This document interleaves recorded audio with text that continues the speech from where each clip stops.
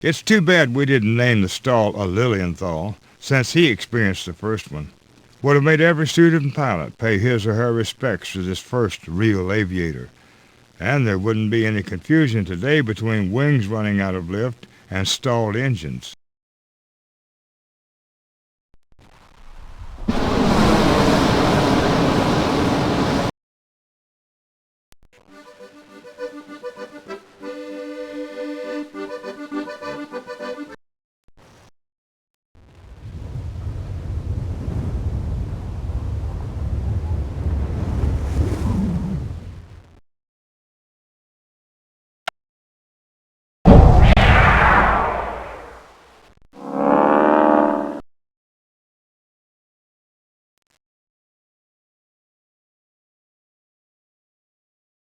My first encounter with an airship came in the 1930s as I was walking home from school. A shadow fell over me, and a voice boomed from the sky. "Hey, Red, do you know the way to Texaco Airport?" It was the captain, leaning out of the gondola of the Goodyear blimp Wingfoot Express. I drew my 10-year-old self up to attention, pivoted with one arm extended toward the airport, and the blimp waggled thanks with its rudder.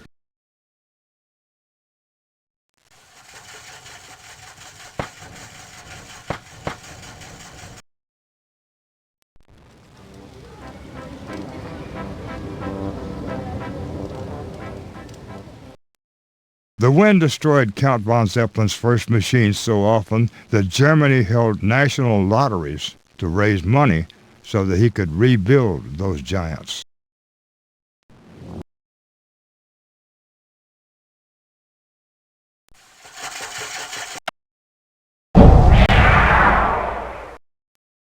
The Wright brothers left nothing to chance. When it came time to pick a site for their test flights, they wrote to the National Weather Service, asked where they could find steady winds. Such careful checking of the weather can still benefit a pilot today.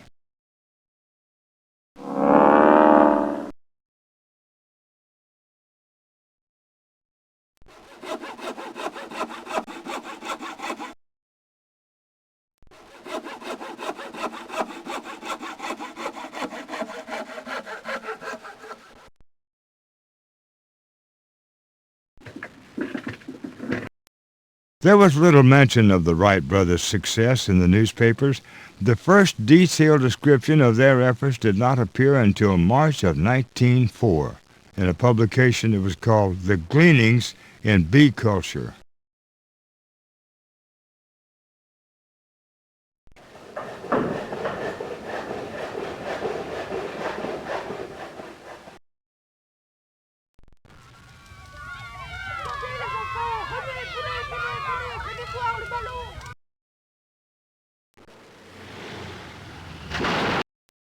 Military aviation in the U.S. began as a do-it-yourself project.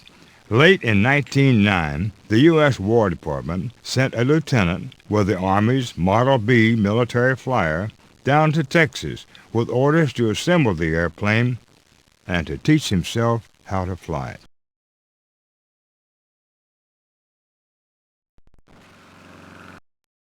In 1934, on the 31st anniversary of the Wright brothers' first flight, the U.S. Congress urged owners of every airplane in America to fly for 30 minutes to commemorate the event.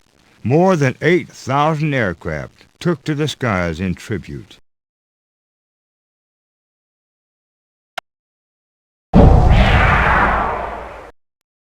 The Wright brothers got America into the air, but no one did more to push aviation ahead in the early days than Glenn H. Curtiss. Father of the Jenny, builder of the remarkable engines, and canny businessman, Curtiss deserves to hold pilot certificate number 1.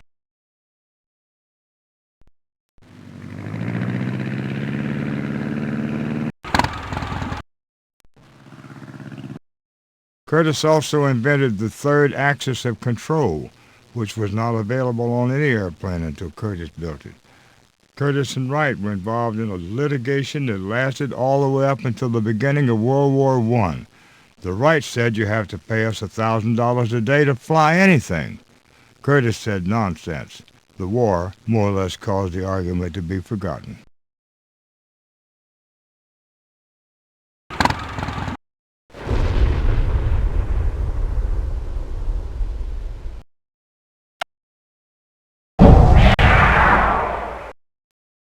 When I was a kid, a lot of us made our first flights in homemade gliders just like Lilienthal. My pal Jimmy Robertson and I built a glider out of a wooden box and bean poles and brown paper. I won the toss to test fly it off the peak of the garage. It crept down the shingles and dropped straight into the weeds. Years later, Jim made some calculations. Turns out that our glider had the same wing loading as a model with a 10-inch span carrying a brick.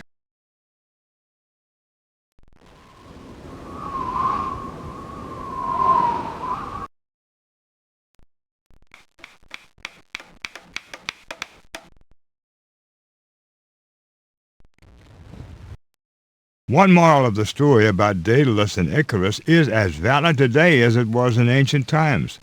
Pilots are still warned today that if you exceed the design limits of your flying machine, you're going to fall right out of the sky.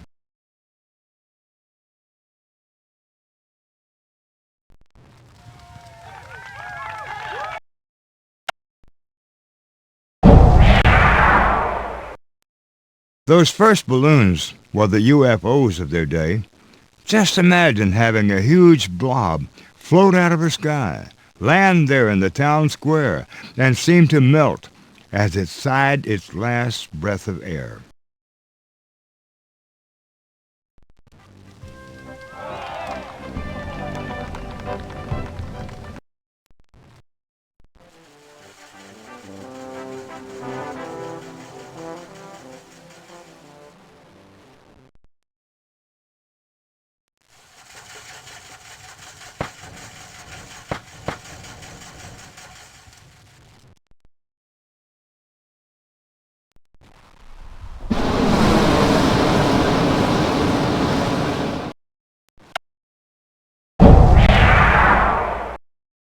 Don't be too quick to judge some of these first flying machines or their designers.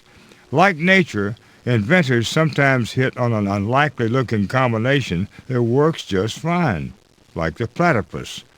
Surely there were experts somewhere who declared everything from the flying wing to the helicopter unfit to fly.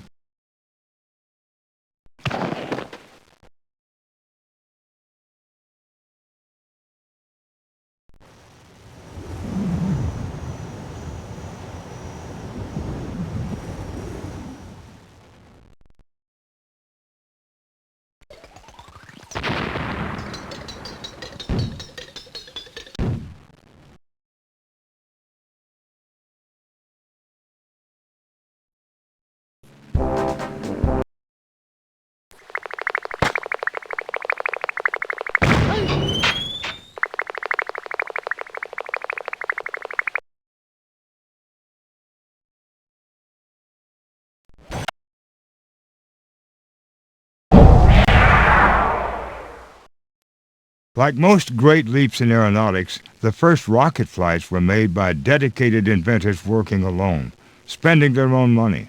Robert Goddard belongs right up there with the Wright brothers and Lindbergh in the do-it-yourselfers Hall of Fame.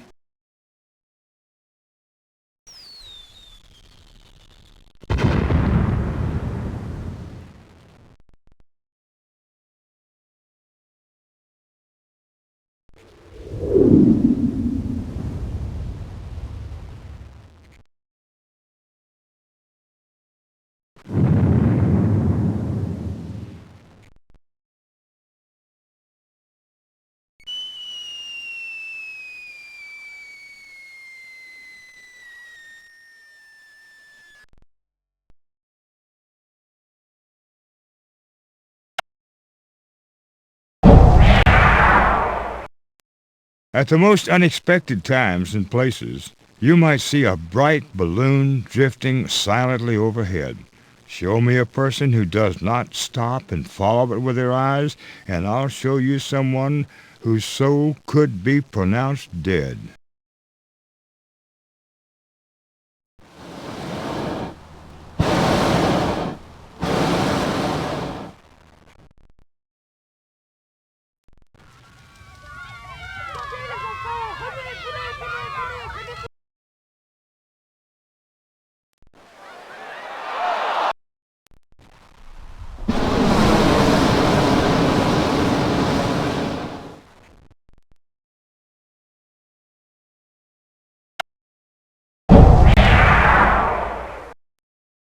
The Montgolfier brothers were no fools. They may have invented the first successful balloon, but they let others play test pilot. One of the brothers never went aloft in his invention, and the other flew only once.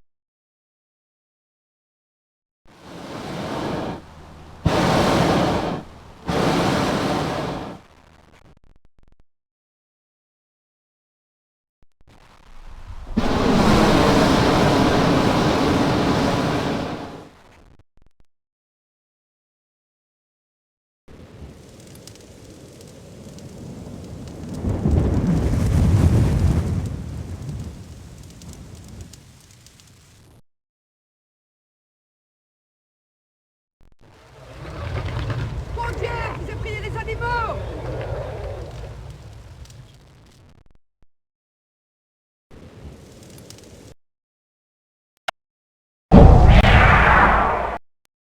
Langley and the Wright brothers weren't hostile. They corresponded with each other on the problems of heavier-than-air flight. Like the Wright brothers, he had a basic understanding of lift, but Langley did not understand the need for control of the flying machine. This the Wright brothers knew, but kept quiet about.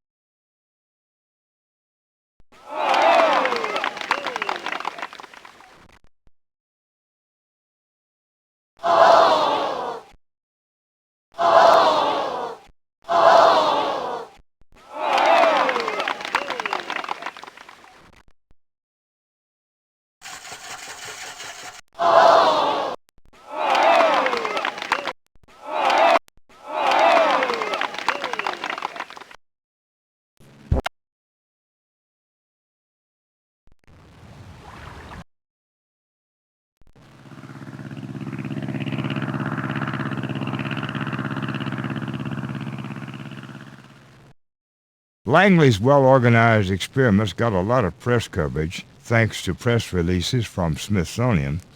When photographs revealed the uncontrolled crashes of his aerodromes into the Potomac rivers, reporters simply refused to believe that heavier-than-air flight had been achieved by two unknown bicycle mechanics from Dayton, Ohio.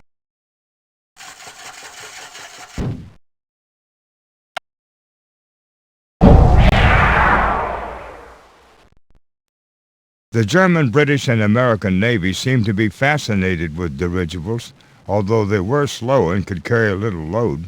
Slowly, one by one, they all came to grief.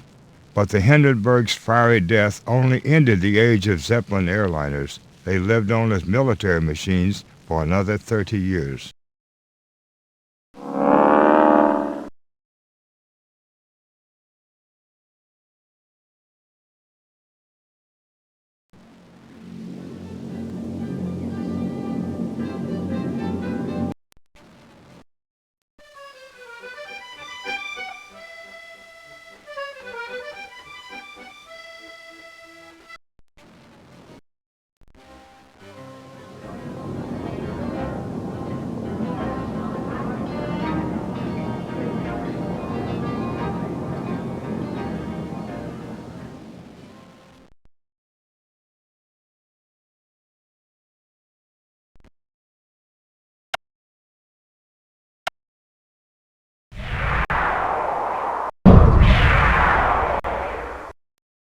I never thought I'd live to see a real live GB racer plane, but once I ran across Bill Turner, who built a replica. "Sure looks like it would make a big blunt hole in the ground," I said. "It tries," came the reply.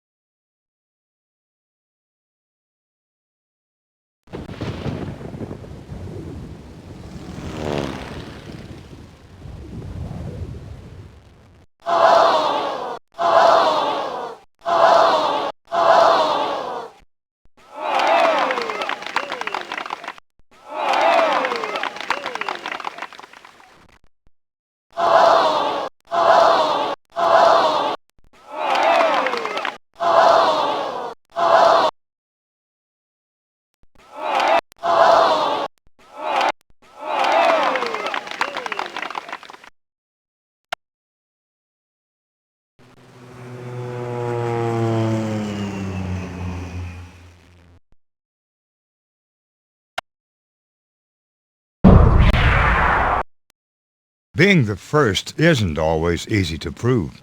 Lindbergh had a crowd to witness his arrival in Paris, but there was no one at the top of the world to take note when Richard Byrd flew over. He staked his claim on a navigation log.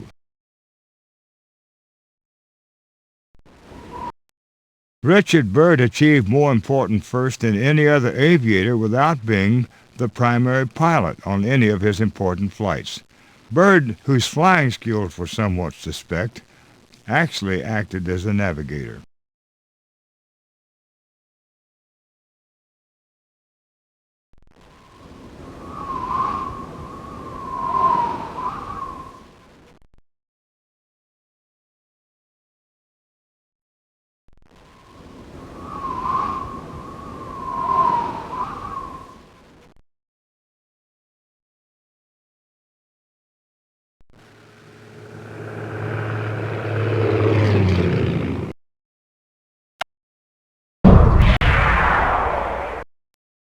Most of us kids were in love with Amelia Earhart.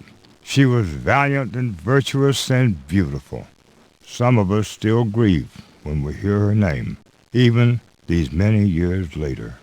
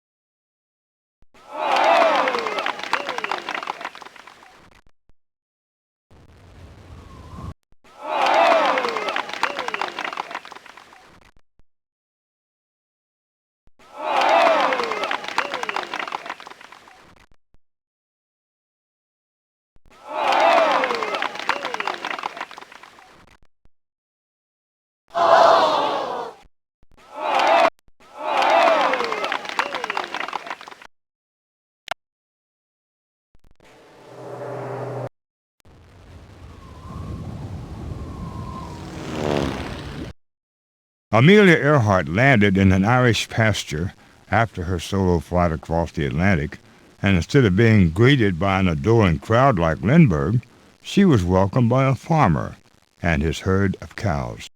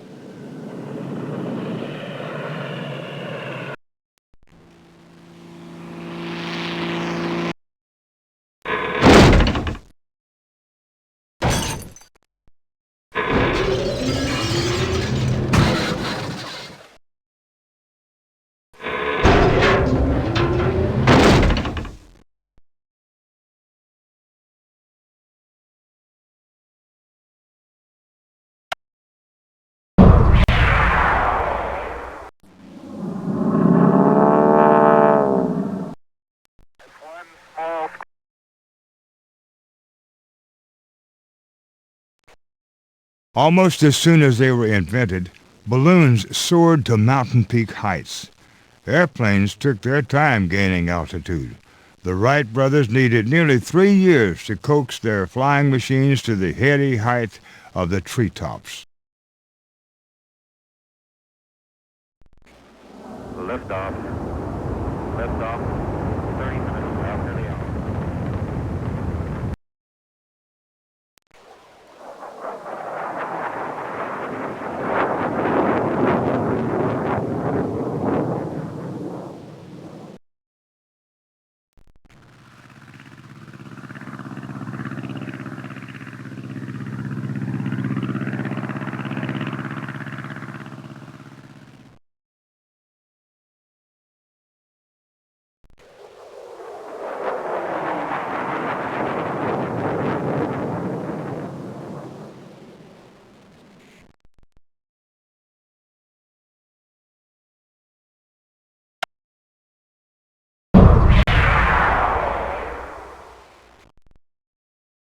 Jet lag and airline food are the biggest discomforts that today's jet-setting world travelers face. But the first pilots to chase the sun around the world were no more sure that the trip was possible than Magellan was when he set out to sail around the world.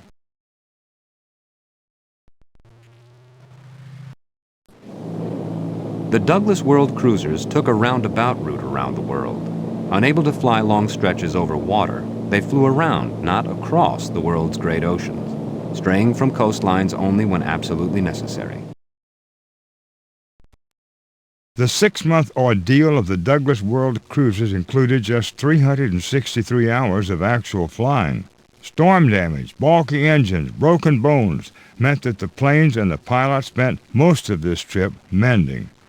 One airplane required 11 engine changes.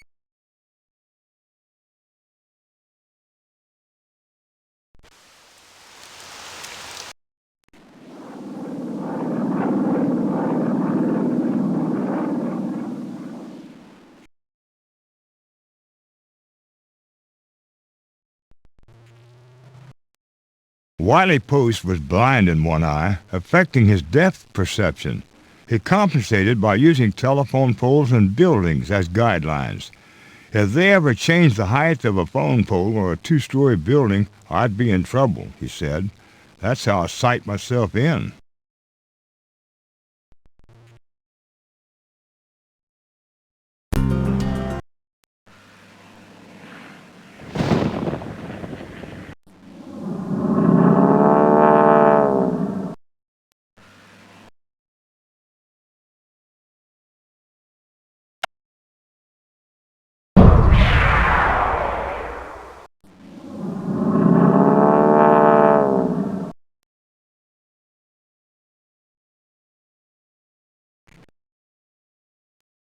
There was something astir in the aviation world during the Mac-Robertson race.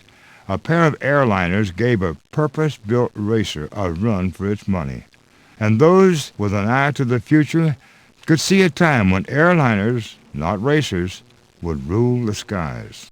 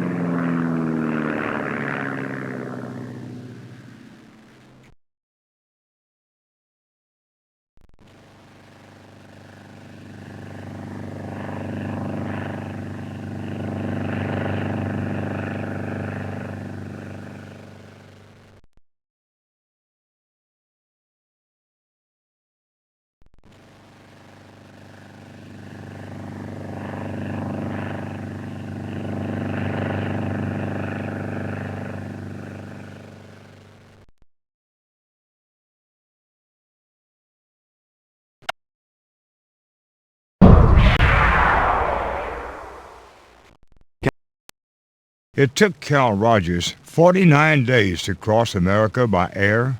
We can do it in about 6 hours today, although Rogers had a much roomier seat, and they never lost his luggage.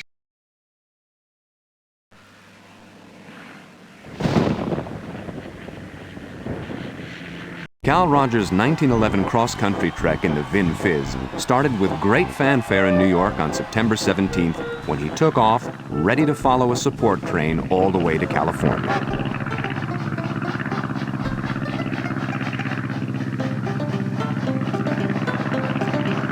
Rogers crashed his right EX 15 times on his zigzag course across the continent in pursuit of an $11,000 prize for the first transcontinental flight.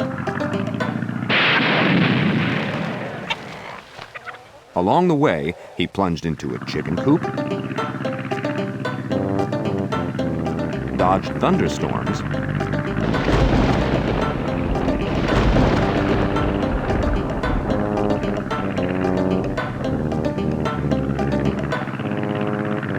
plopped into a barnyard,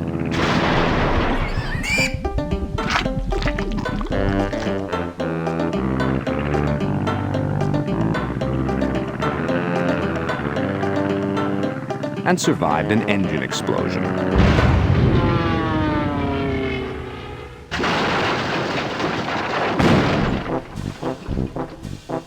Finally arriving in California 49 days after he departed New York, too late to claim the prize, and with only a handful of original parts still on his airplane.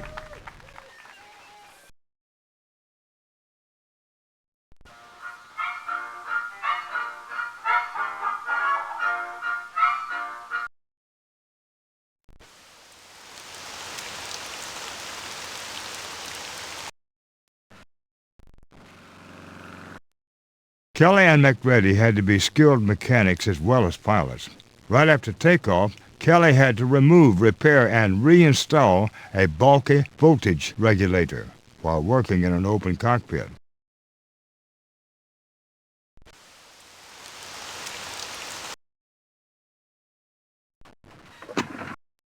Vin Fizz apparently needed the boost from Rogers' flight. Today, Coca-Cola has a better idea. They bottle the stuff right there in your hometown and fly their executives around in company jets.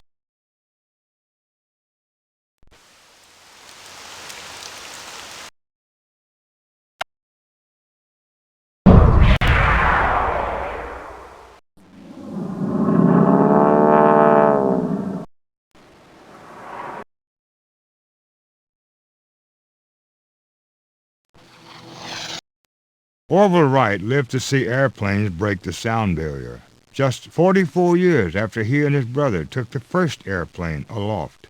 It was as if aviation had made this great speed breakthrough to mark the first half of the century of flight.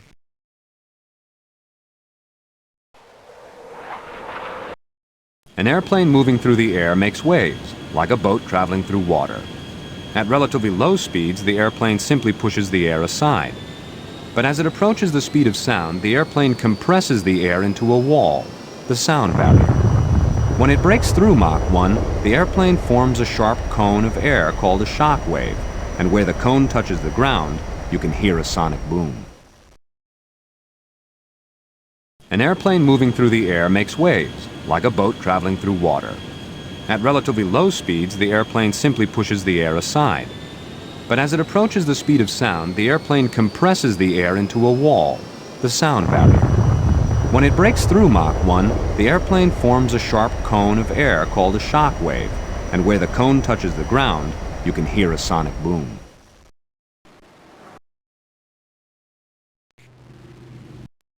Concorde is probably the last impractical airliner that will ever fly. Too expensive. In the era of mass transit, Concorde is a long-stemmed ballerina, the last flying machine from this age of elegance.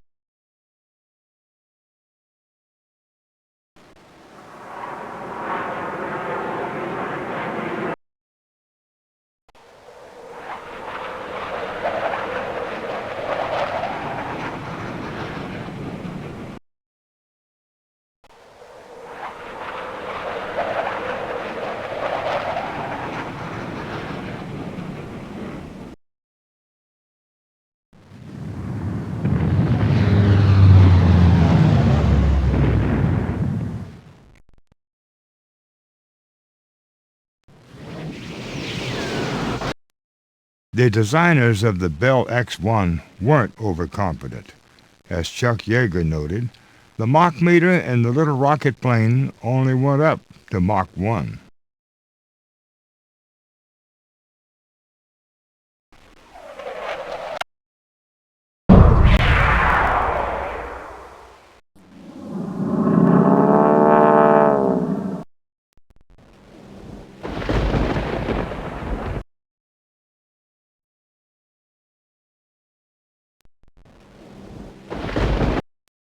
Lindbergh planned his flight down to the last detail.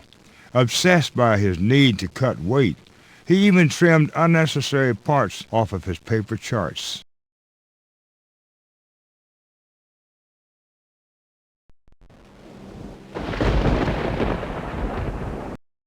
I'm conscious of the great weight pressing tires into the ground, of the fragility of wings, of the fullness of oversized tanks of fuel. There is in my plane this morning more of earth and less of air than I have ever felt before. A pillar of cloud blocks out the stars ahead, spilling over on top like a huge mushroom in the sky. I tighten my belt, push the nose down a bit, and adjust the stabilizer for level flight. In the seconds that intervene while I approach, I make the mental and physical preparation for blind flying. The body must be informed sternly that the mind will take complete control. The senses must be drafted and lined up in strictest discipline, while logic replaces instinct as commander. I'm flying along dreamily when it catches my eye, that black speck on the water 2 or 3 miles southeast. I squeeze my eyelids together and look again. A boat! I bank the Spirit of St. Louis and nose down toward the water. I couldn't be more awake or keenly aware if the engine had stopped. I glide down within 50 feet, close the throttle, and shout as loudly as I can. Which way is Ireland? I'm still flying at 4,000 feet when I see it. That scarcely perceptible glow, as if the moon had rushed ahead of schedule. Paris is rising over the edge of the earth. Gradually, avenues, parks, and buildings take outline form, and there, far below, a little offset from the center, is a column of lights pointing upward, changing angles as I fly. The Eiffel Tower.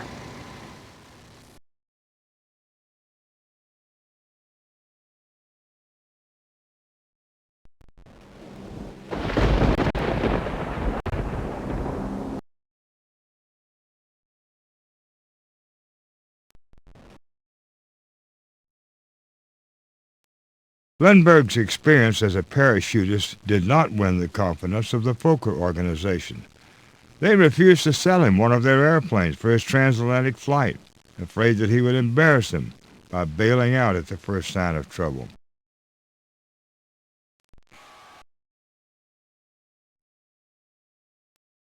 The Ryan wasn't Lindbergh's first choice for his flight. He wanted a Blanca or a Fokker, but both companies turned him down. So he went to the Ryan Airline Company of San Diego, which built the Spirit of St. Louis for him in just 2 months.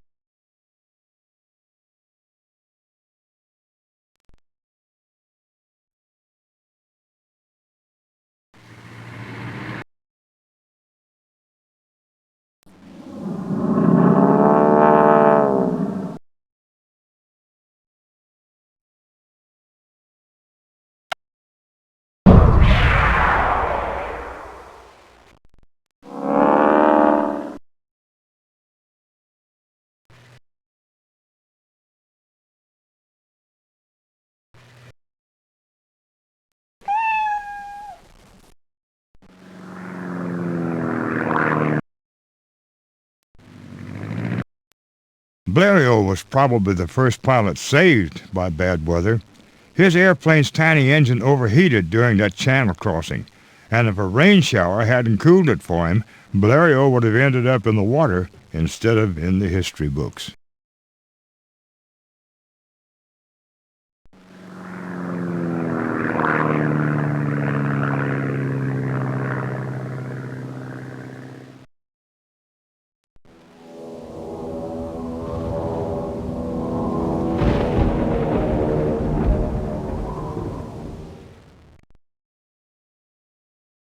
Airplane engines always seem to run a little rough as soon as the machine gets out of gliding distance from dry land. And with engines that already sputtered and coughed like a two-pack-a-day smoker trying to run a marathon, early aviators stayed close to the shore.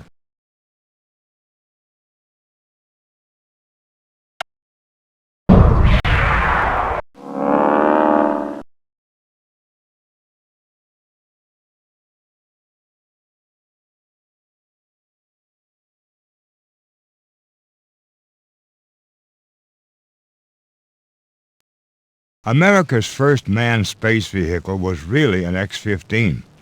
In July of 1962, Major Robert White reached an altitude of more than 80 kilometers, 50 miles, the official boundary between Earth and space.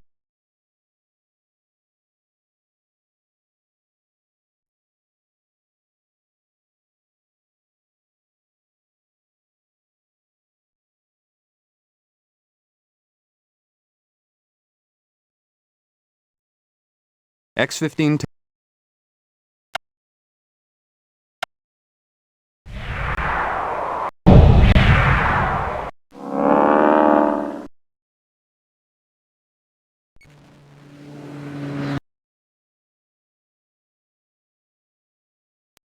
All of us who were model-building, airstruck kids in the 30s had to choose sides between Gulf or Texaco, companies that promoted their products with flying billboards. There was Al Williams, who flew a bright orange civilian edition of the Navy fighter, and Texaco's Frank Hawks, with his long-toothed grin and his trademark raccoon coat. Hawks flew an open-cockpit, bright red Lockheed monoplane.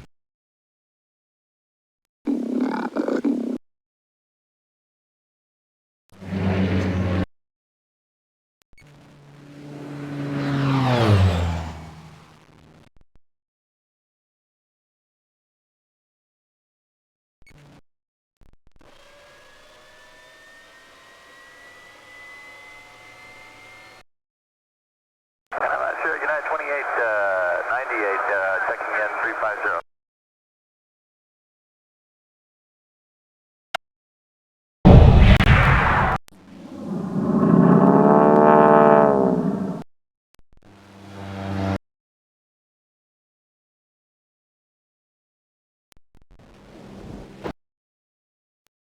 The DC-3 was a near-perfect design.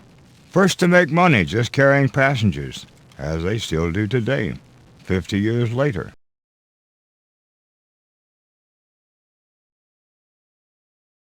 It's hard to keep a DC-3 grounded.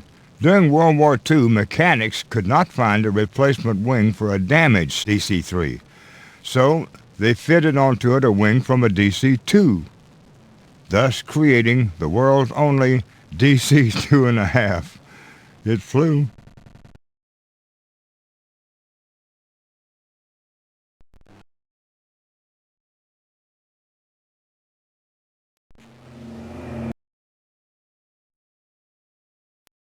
Most DC-3s today are older than the pilots that fly them, and they've been to the doctor a lot less, too.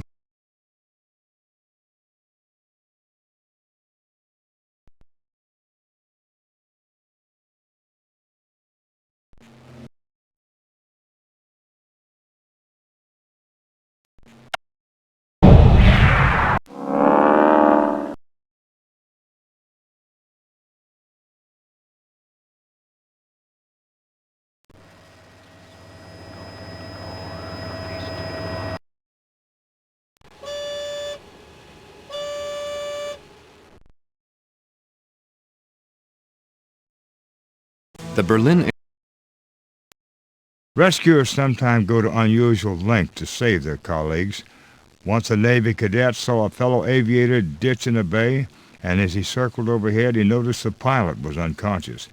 So the cadet ditched his own plane alongside and held the injured pilot afloat until both were picked up by crash boats.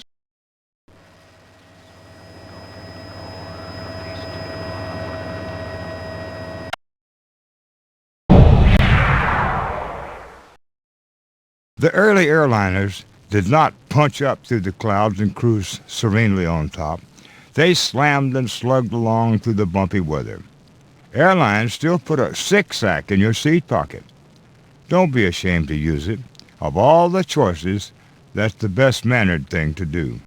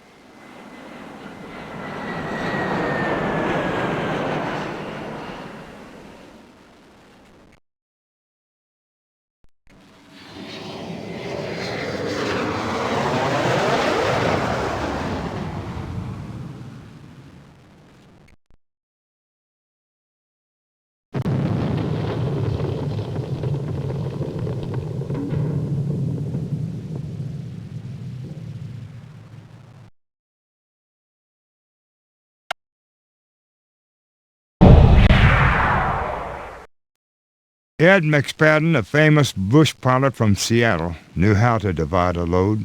Chartered to bring a big pump to an Alaskan mine, he disassembled the device into three parts which he strapped to his open cockpit travel air biplane. On the return trip, a hunter asked if he could carry a moose back to the lower 48. Ed followed the same procedure. He split the moose into three parts and flew them all back, lashed to his biplane.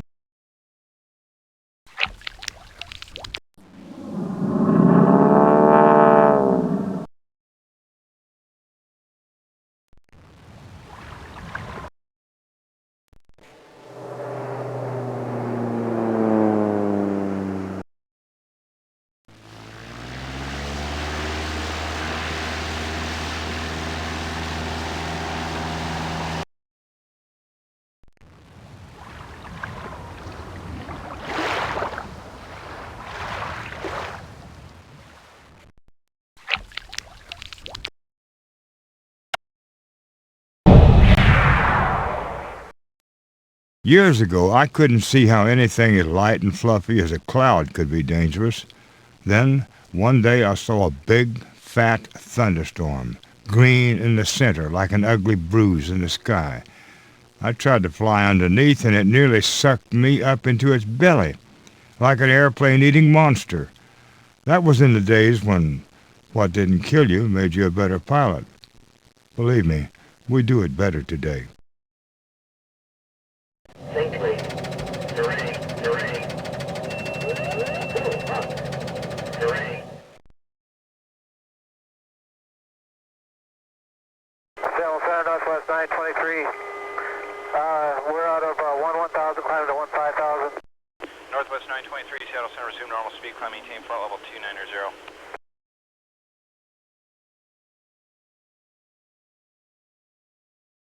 A thunderstorm can produce small, intense downdrafts called microbursts. As a plane flies into the air and rain spilling out of the storm, it tends to rise above the proper descent path. Pilots may try to correct by increasing their descent rate, only to encounter strong tailwinds and a high rate of sink on the other side of the microburst. Sink rates so high that even a jet airliner sometimes can't escape before it hits the ground.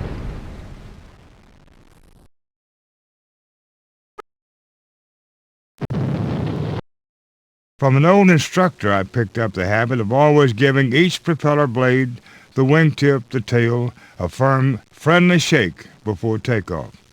I asked him why he went through this silly ritual. Well, he said, I've never found a loose one yet, but if there is, I sure want to be the first to know it.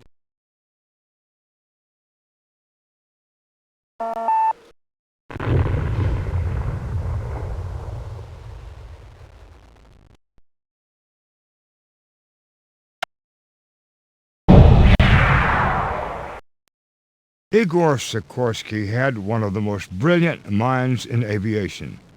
but there are no photographs of him smiling. Inventing the rotary wing and test flying it yourself was a serious business. Like neurosurgery, it was nothing to grin about.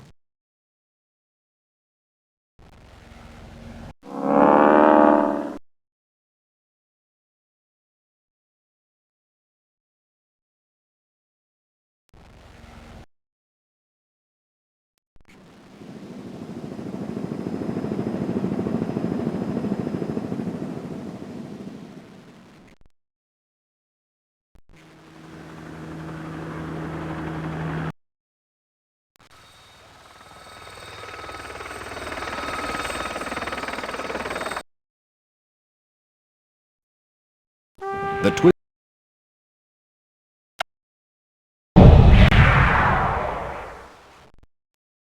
Overnight express mail is not such a new idea. It's what pushed aviation ahead before World War I and between the wars. The race to deliver the mail on time spurred designers to build faster and more reliable airplanes, taught a whole generation of pilots about navigation and about weather, and helped to build the highways in the sky.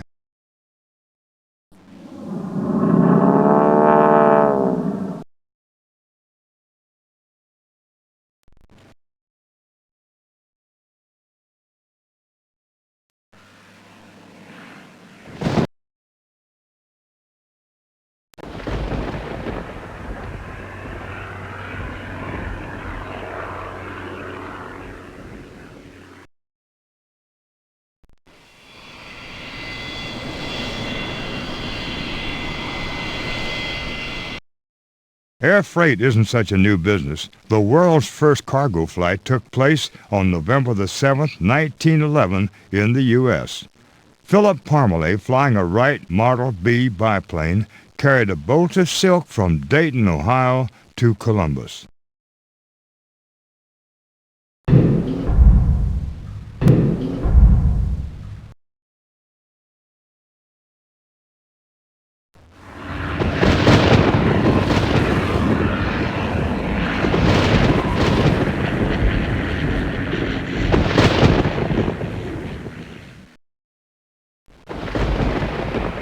The vista of lightning flashes led far inland, exposing battlement on battlement of clouds.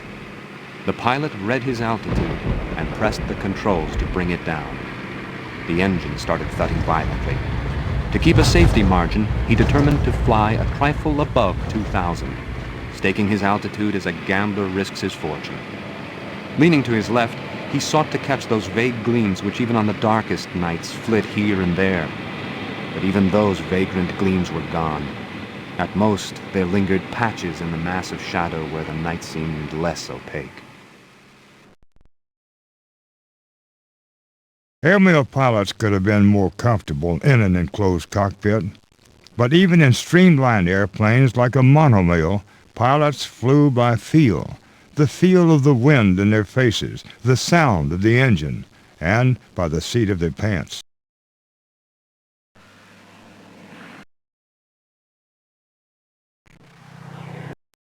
The first official airmail flight in the United States started in the wrong direction and ended in a crash. On May the 15th, 1918, Army Lieutenant George Boyle took off from Washington bound for Philadelphia. But he turned south and got lost, broke his propeller landing in a Maryland field. The airmail finally got to Philadelphia by truck.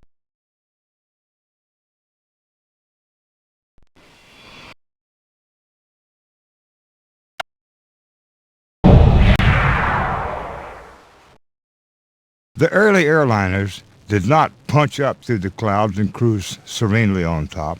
They slammed and slugged along through the bumpy weather. Airlines still put a six-sack in your seat pocket. Don't be ashamed to use it. Of all the choices, that's the best-mannered thing to do.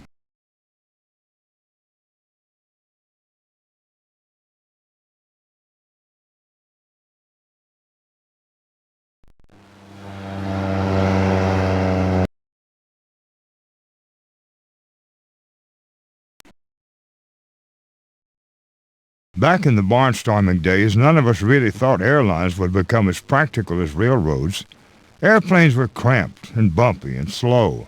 And you could buy an insurance policy with your ticket, and most people did.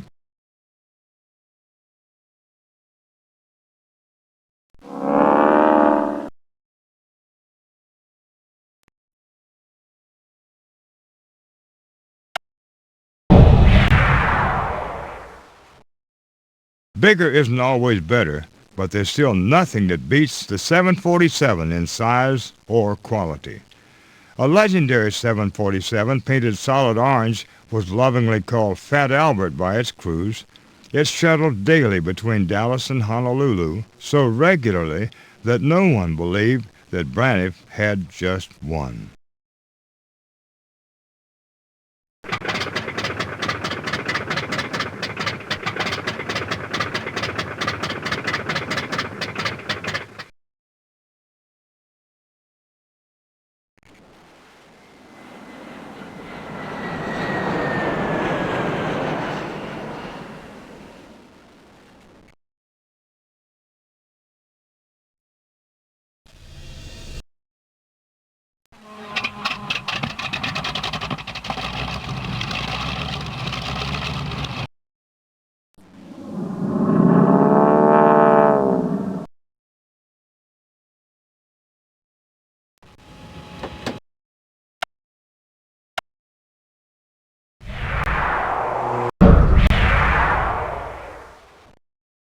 Piper Cubs were the light planes of my youth. Yellow Cubs were as faithful as a bird dog and as kind as Santa Claus.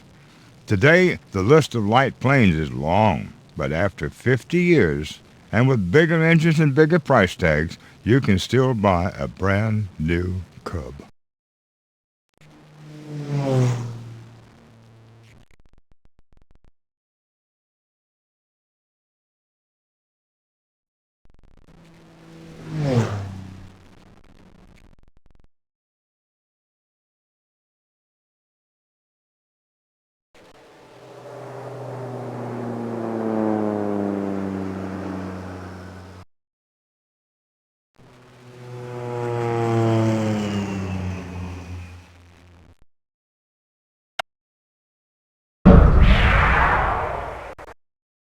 Antique airplanes are back, lovingly and exactly restored by owners who spend happy years on a project and show them off at antique and classic shows.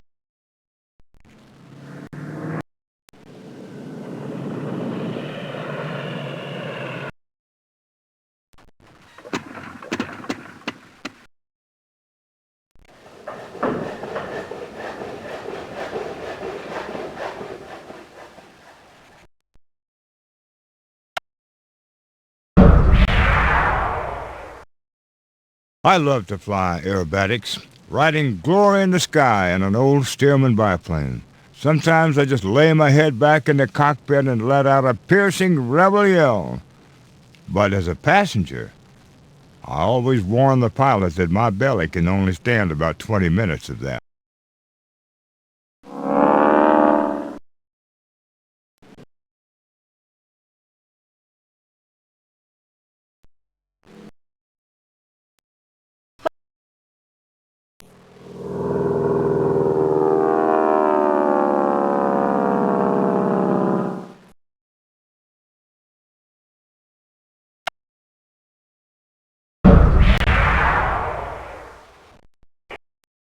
Al Mooney believed in keeping it simple.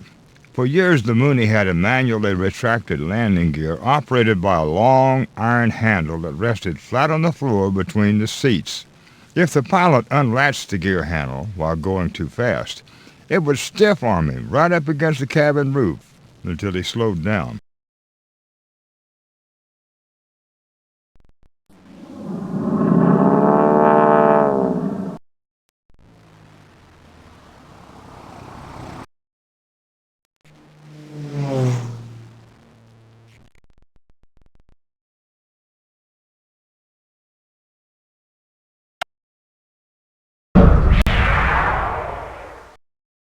Grandma Cessna, that's what some pilots call the familiar high-wing, slow, steady machine that most of us learned in.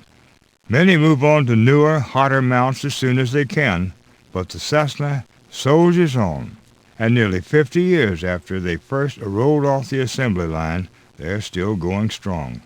Cessna's even going to start making them again. Proof of a timeless design value.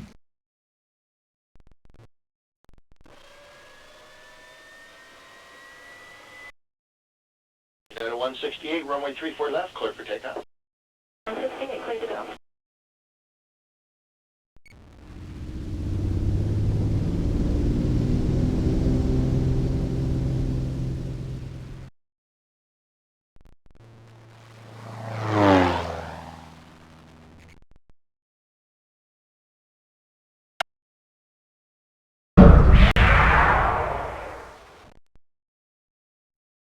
I remember when an air show was one barnstormer buzzing the town to draw a crowd and swooping low over the pasture to chase the cows away so that he could land and start giving rides.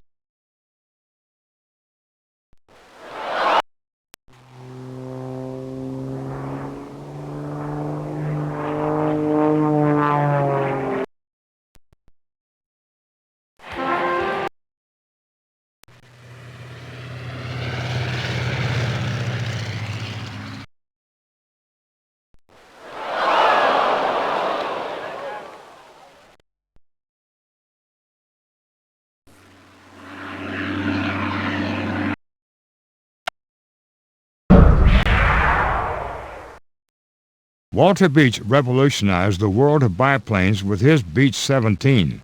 Called the Stagger Wing because it had an unconventional negative stagger, it was as fast as an Army fighter while carrying 4 executives in suits and ties.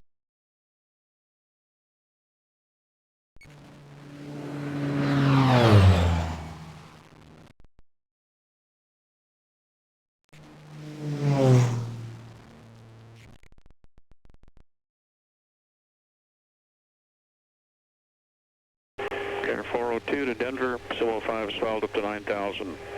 Expect 33015 nautical miles, 250 knots, 119.2 and 6637.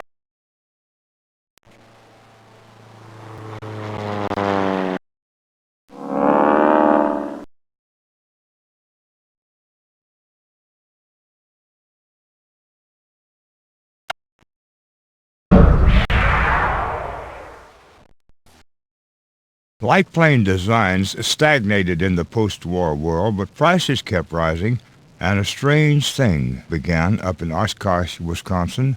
Working in his basement, Paul Poberezny built a good little airplane and founded the Experimental Aircraft Association. Today, these home-built planes are the answer for many pilots, and the annual EAA meeting at Oshkosh is the biggest aviation convention in the world.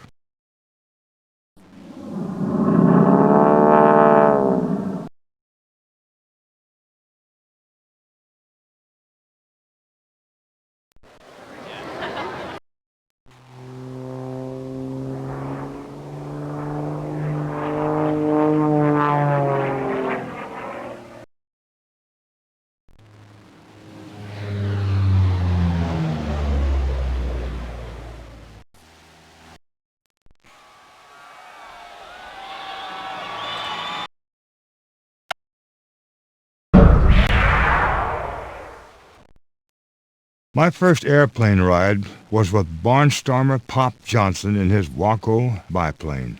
He landed it in a pasture. My buddy and I asked if we could stay in the cockpit that night to keep the cows from eating the fabric off of his wings. And for this, he gave us the first ride next morning, the one where he buzzed the town to advertise. I was 16 years old, and I haven't gotten over it yet.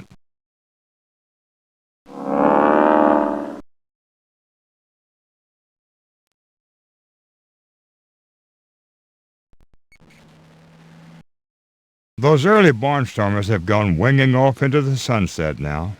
Men who flew for the love of it, long before somebody wearing a coat and tie, sitting at a desk in an air-conditioned office, called the airplane a useful tool.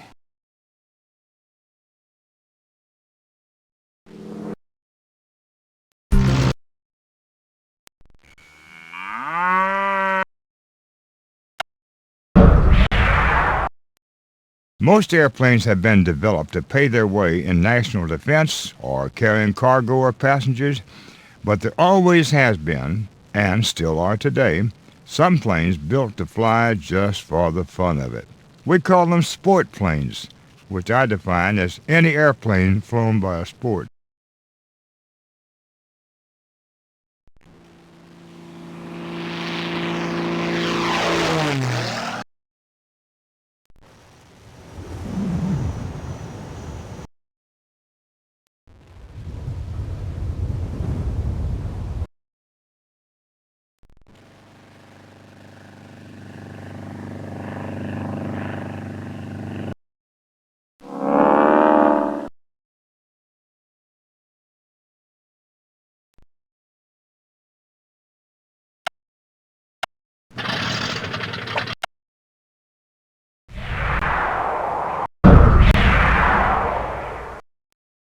The first aces shined so brightly that they nearly blinded the public to the deadly reality of air combat.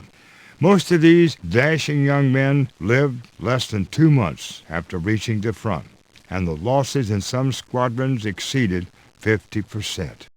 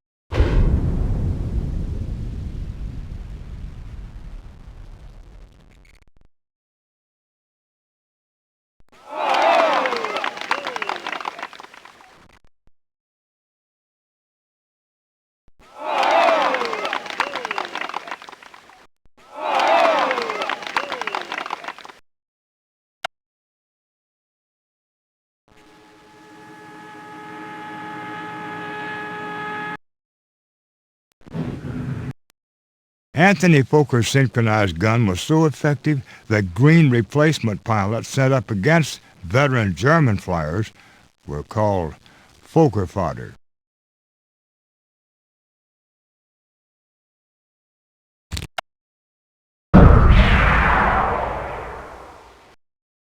The only aviation stuff we had to read when I was a kid were the dime novel, pulp paperbacks, Wings, Flying Aces, Warbirds. Oh, I dreamed of being a fighter pilot, and my choice mount would have been that squared-off-looking British SE-5. Well, I never did realize those boyhood dreams, but I did become a famous paperback writer.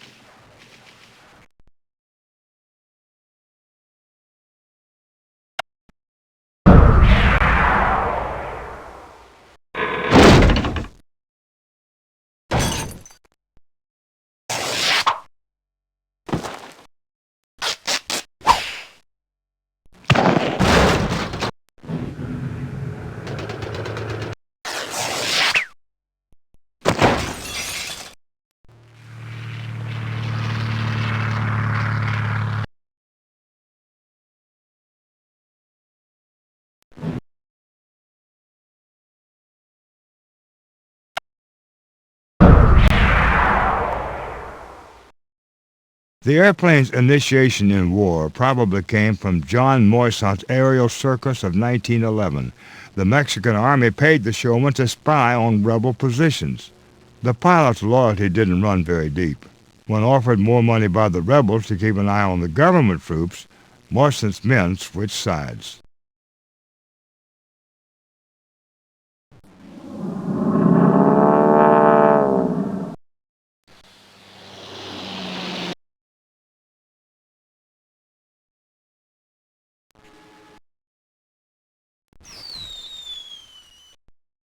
Secret weapons don't stay secret for long.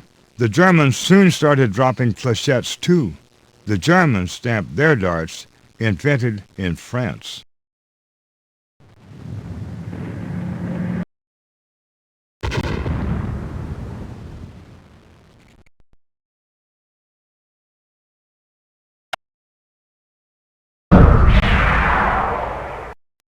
Swords really have been turned into plowshares. Big bombers built to carry heavy loads for long distances led directly to transports, the airliners of today.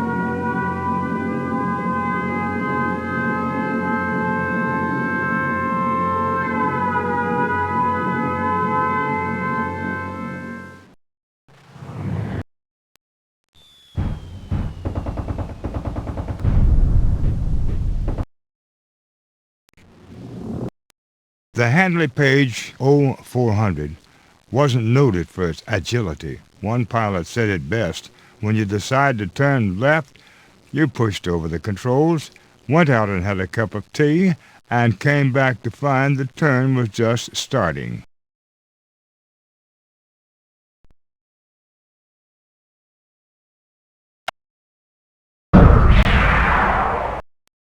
The lessons of early combat came at a high price. Yet there was never a time when air crews had to be drafted. Then and now, there were always enough volunteers to fill the needs of military aviation.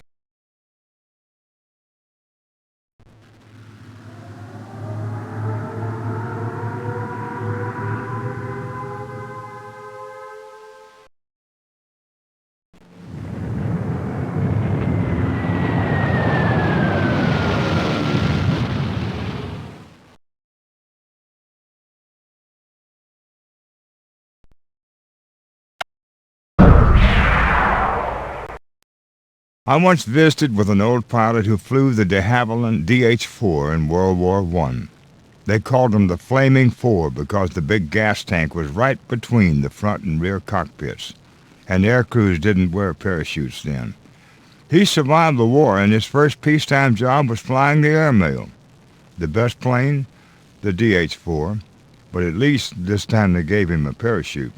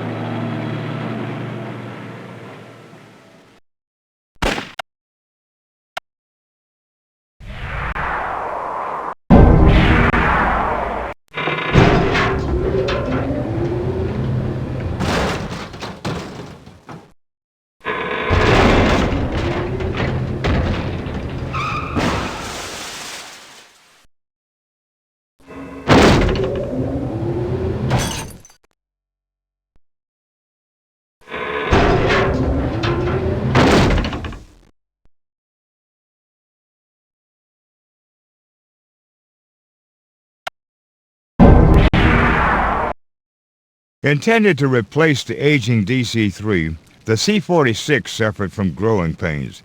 They had runaway props, engine failures, a reputation for engine fires. A young airman assigned to a C-46 squadron carefully composed his last letter home. But with greater speed and its ability to fly at higher altitudes, the C-46 gradually overcame its early reputation and, in flying the hump, earned itself an honored place in history.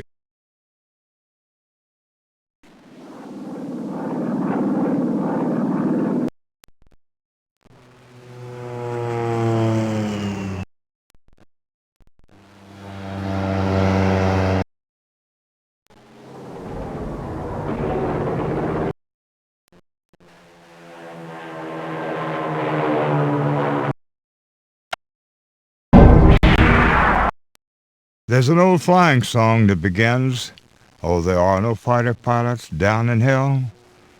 To bomber crews from World War II, that certainly was true.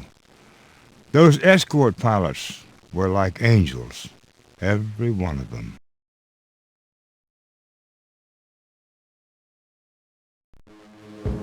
The P-38 has proved remarkably durable. One Lightning, forced down over Greenland during World War II, was finally pulled from the ice in an almost perfect condition and is being restored today.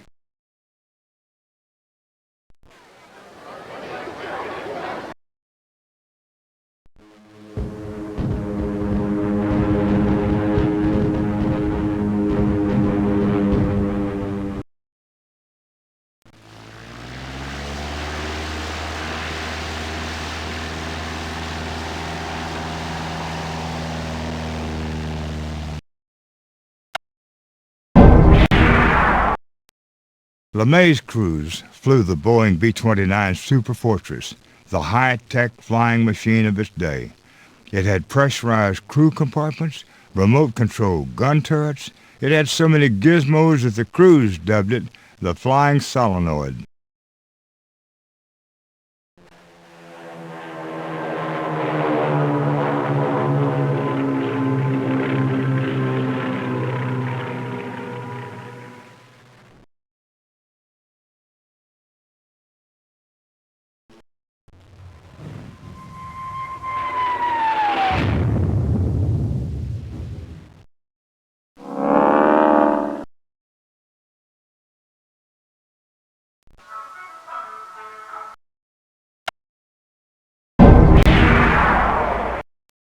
Darkness was a thin veil indeed for Bomber Command crews. The RAF lost about 70,000 aircrew during the war. Nearly 56,000, that is 80% of those killed, were from the Bomber Command.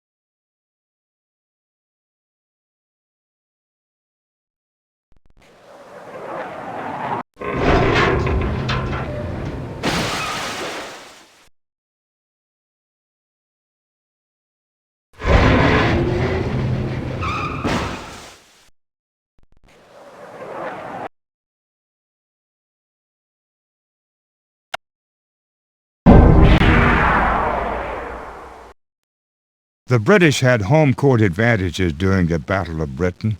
German fighters were at the limit of their range over England. Aircraft shot down were usually lost with their pilots for the rest of the war. Downed British aviators could be rescued, and damaged RAF airplanes could often be repaired to fight again. Long night of barbarism will descend. Long night of barbarism will descend, unbroken even by a star of hope. unless we conquer. Yes, conquer we must. Yes, conquer we shall.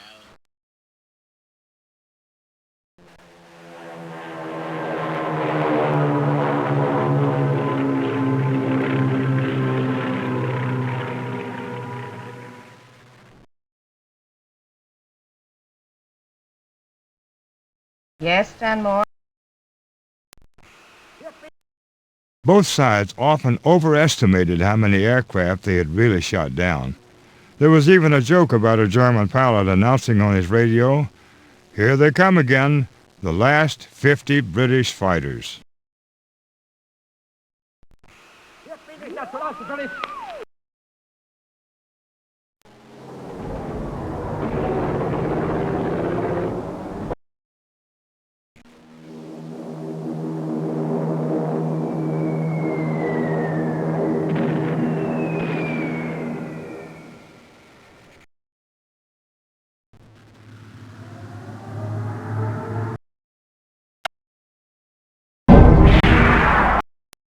Naval aviators wear wings of gold.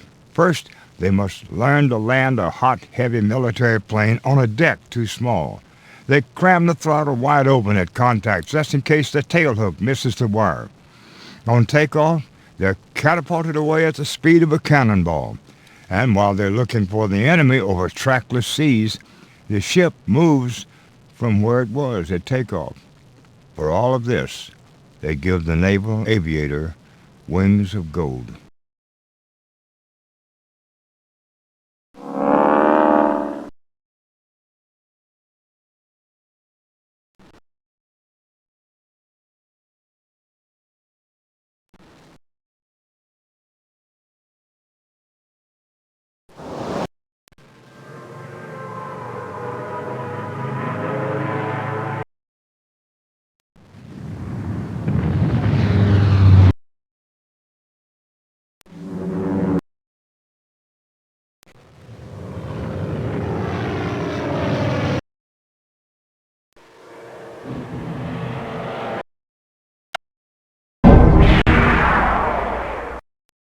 Ancient history records those women who put aside their traditional role and picked up the weapons of warriors. Never a lot of these, but usually they were so highly motivated that they quickly earned the real comradeship and respect in what was still a mostly man's world.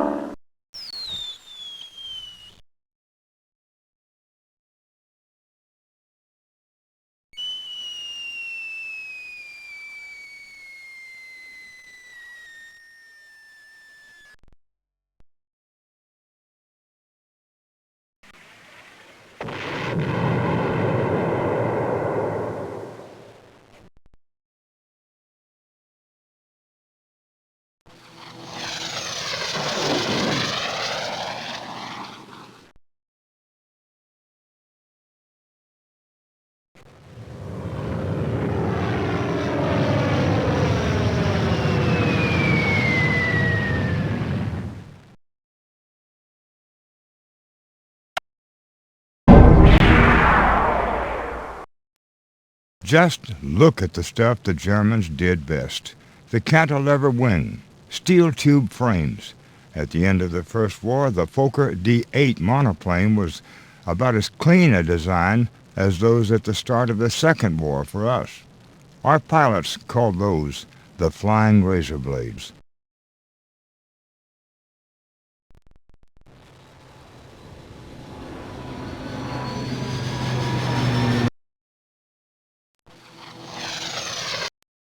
The sound made by the V-1 pulse rocket motor earned it the nickname Buzz Bomb or Doodlebug.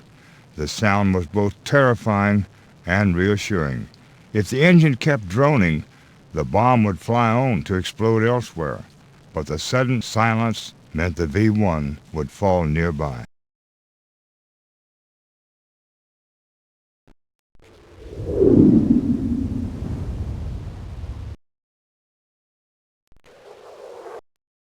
The world's first two jet fighters entered service within weeks of one another in 1944, but the British Meteor and the German Swallow never met in combat.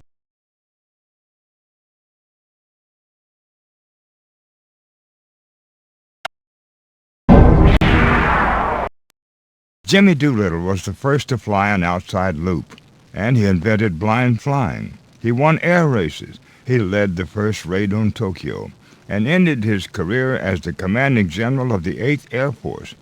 He led a fast, full life and took all those chances in war and peace, and died of old age at home in bed.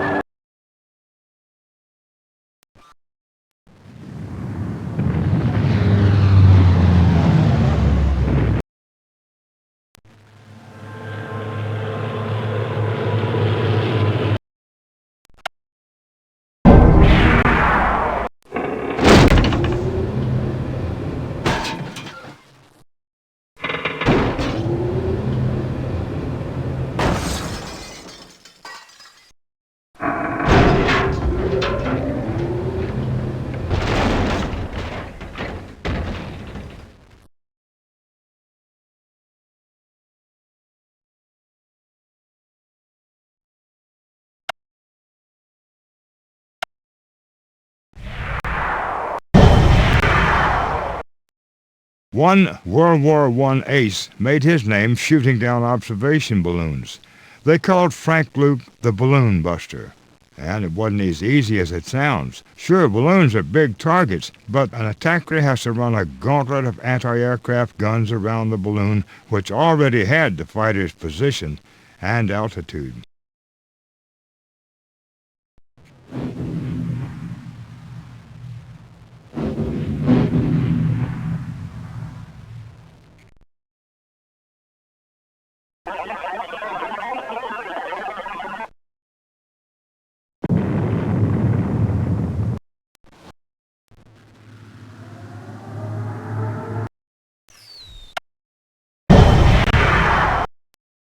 Computerized cockpits are fine, but careful pilots still trained in the old-fashioned way. They sit in the cockpit blindfolded and practice finding and identifying every switch and control until their hands are as well trained as a concert pianist. Then they go flying.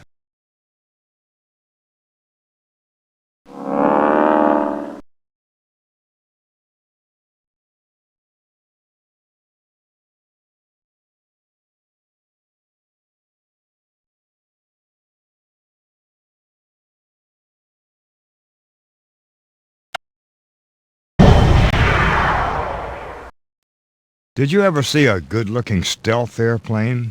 Speedsters have all the lines, long, tapered, glamorous, everything all smoothed out and faired in. The kind of a plane Da Vinci might have created. Stealth machines are all odd angles and appendages, as if they'd been painted by Picasso.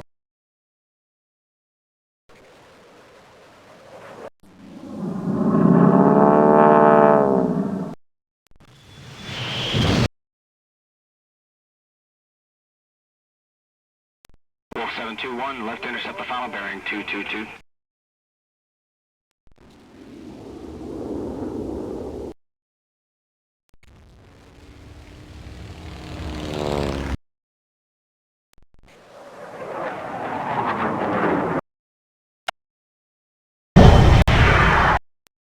The lessons of early combat came at a high price. Yet there was never a time when air crews had to be drafted. Then and now, there were always enough volunteers to fill the needs of military aviation.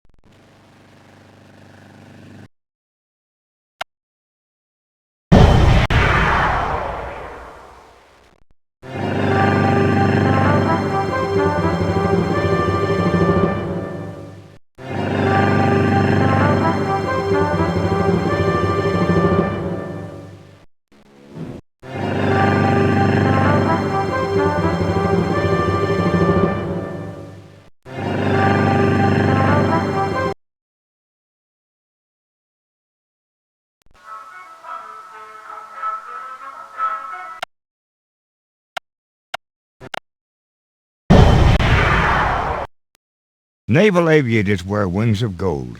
First, they must learn to land a hot, heavy military plane on a deck too small. They cram the throttle wide open at contact just in case the tailhook misses the wire. On takeoff, they're catapulted away at the speed of a cannonball. And while they're looking for the enemy over trackless seas, the ship moves from where it was at takeoff. For all of this, they give the naval aviator wings of gold.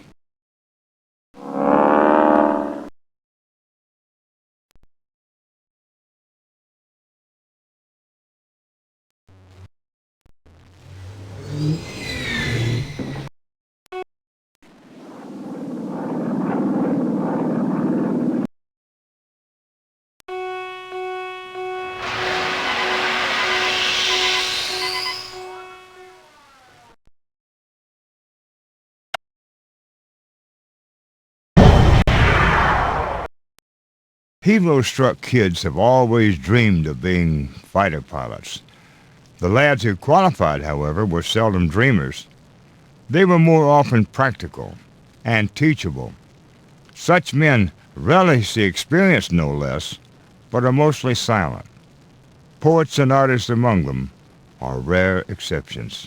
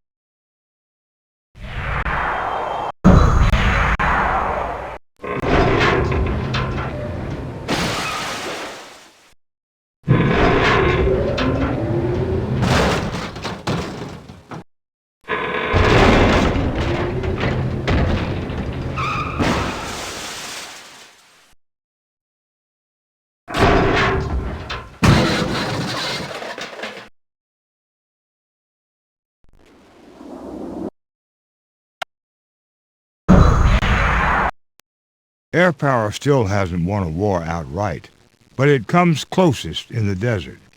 Ground forces have no place to hide out in seas of sand.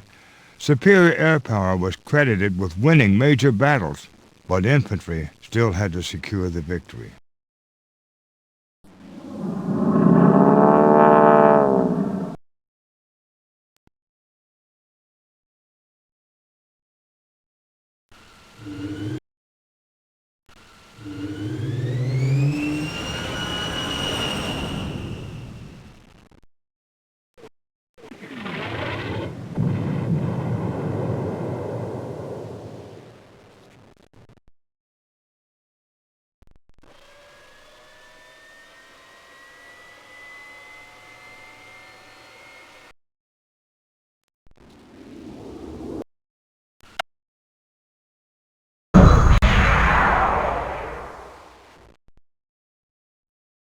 The Cold War got plenty hot for many air crews.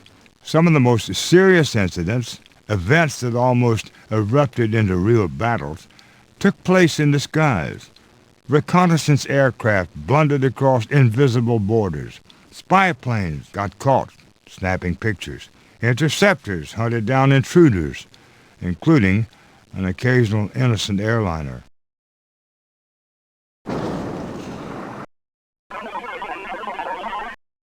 The spies in the sky weren't always high.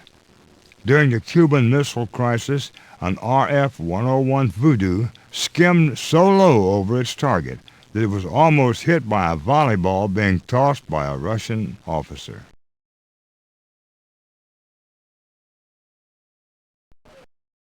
Usual 5, catches loud and clear.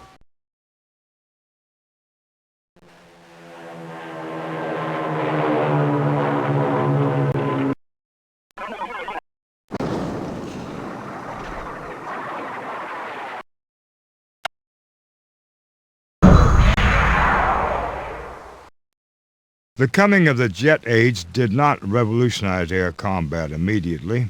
It just speeded everything up. Jet pilots still relied on their own eyes to find their opponents, jockeyed for position, fired machine guns, just like the first aces.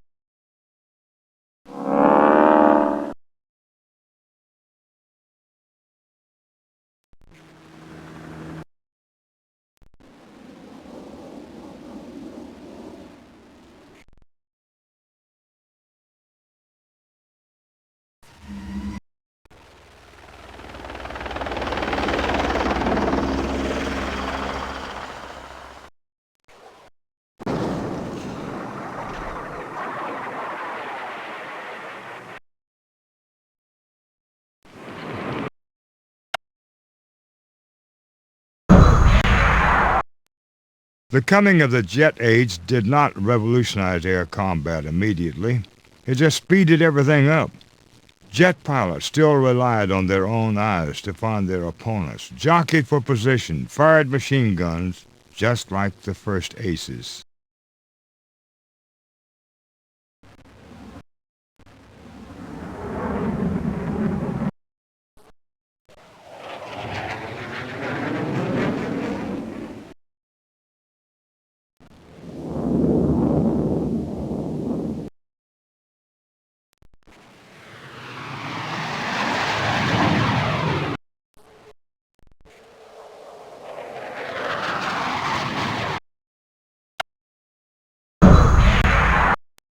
In Vietnam, we had the air power. We dropped as many bombs as we did on Europe in World War II. But Vietnam had no concentration of brick cities. The enemy was there, but hidden in the green jungle. We bombed the jungle, and the holes just closed up.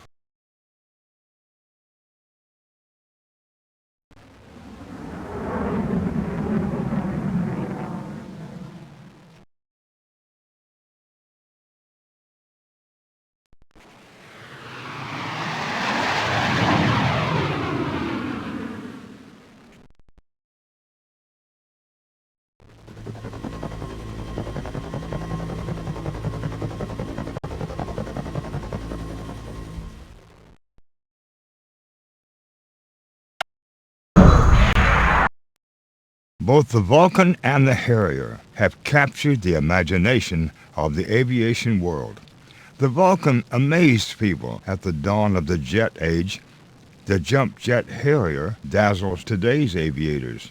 It's so admired that McDonnell Douglas even builds this British design under a license in the U.S.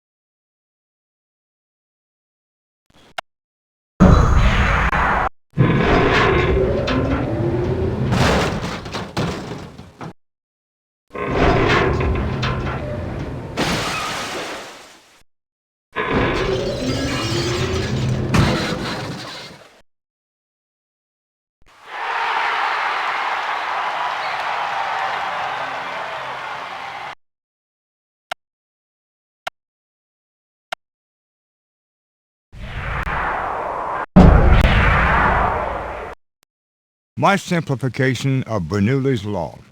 Poke the flat of your hand out the window of a moving car. Feel the drag. Tip the leading edge of your hand up slightly. It tries to climb. Tip it down. It does. Tilt your hand too steeply and it will buffet, just like an airplane wing about to stall from too high an angle of attack.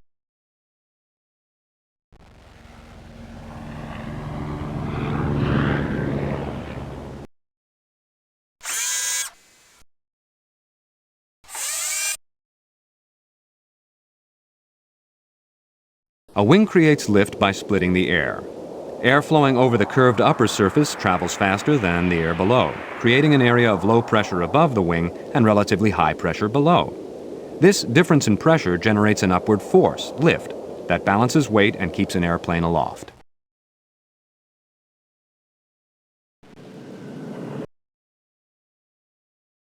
A helicopter's rotor blades are its wings, and like wings, they can be tilted to meet the air at different angles.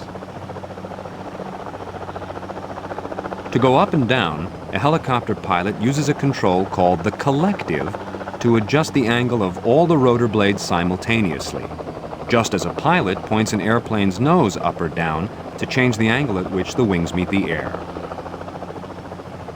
To change direction, the pilot moves the cyclic control, which tilts the entire rotor assembly, like an airplane pilot banking the wings.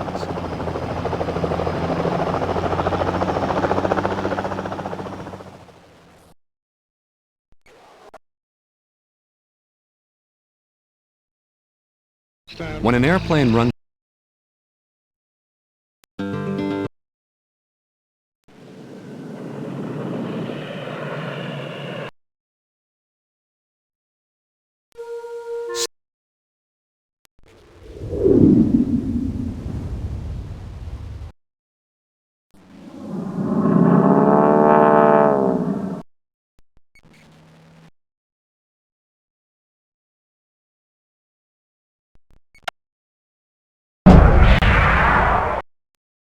Great airplanes have strong hearts. Lindbergh, for all of his tremendous skill and careful planning, could not have made it across the Atlantic without the strength and the reliability of the air-cooled Wright Whirlwind engine, the power plant that launched the golden age of aviation.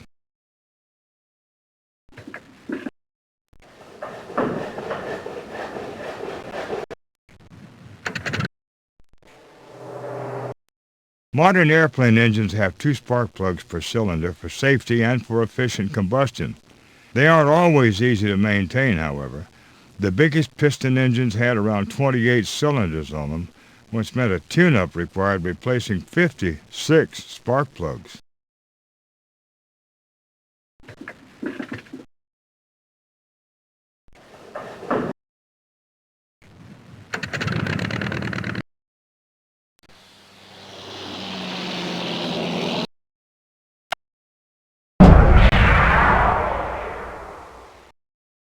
The secret to flying a balloon is climbing or descending to catch the breeze blowing in the direction that you want to go. A talent shared by experienced pilots and another group of hot air specialists, whom we call politicians. A blimp has ballast tanks like a submarine. To change buoyancy and compensate for changing atmospheric pressure, a blimp captain can release or add air to these airbags called ballonets. They also serve as trimming devices, helping to point the nose up or down. A modern hot air balloon gets its lift from a propane burner that heats and expands the air inside the envelope. This hot air, less dense than the surrounding atmosphere, makes the balloon rise, like a bubble in a glass of soda. To descend, a balloon pilot just lets the air inside cool. Or, to come down quickly, opens a valve at the top to vent the hot air.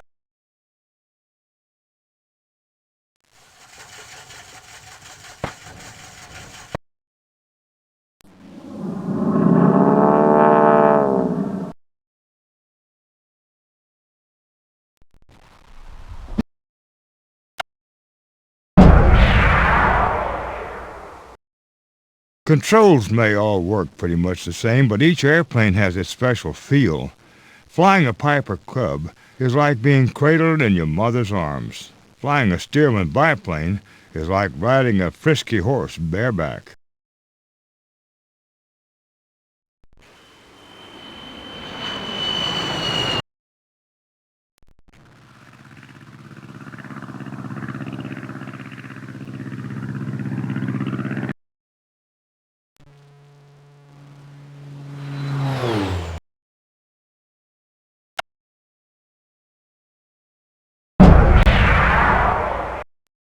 Concorde is probably the last impractical airliner that will ever fly. Too expensive. In the era of mass transit, Concorde is a long-stemmed ballerina, the last flying machine from this age of elegance.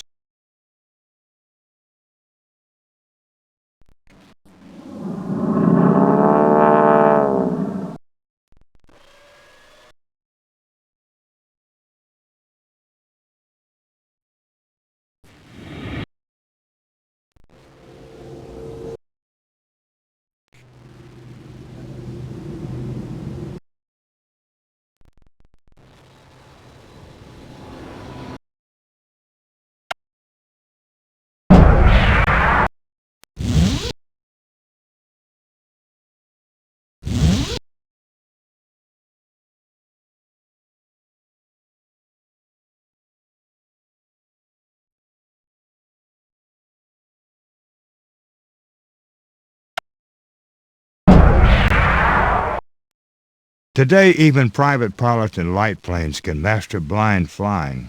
But I balked. I never got really good at it. My thinking was, why fly an airplane if you can't see out the windows?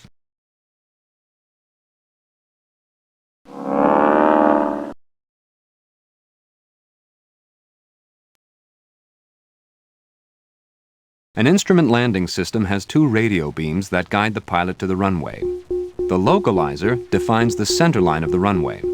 The glide slope indicates the proper descent path. Needles on an indicator show the pilot whether the airplane is right or left of course, and above or below the proper descent path. When the needles are crossed in the center, the airplane is tracking right toward the runway and the correct touchdown point.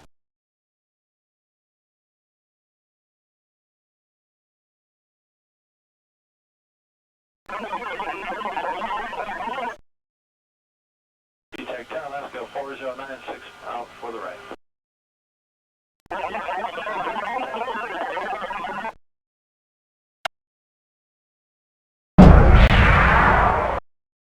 Regional accents are sometimes a problem between pilots and controllers.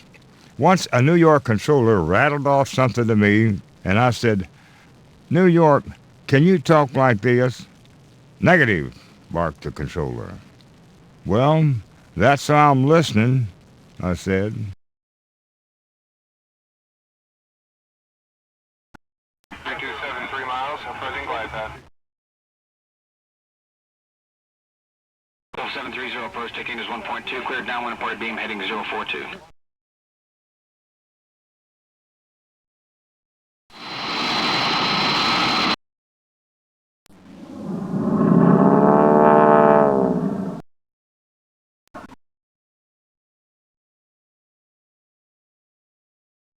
Would you say troubleshooter 6?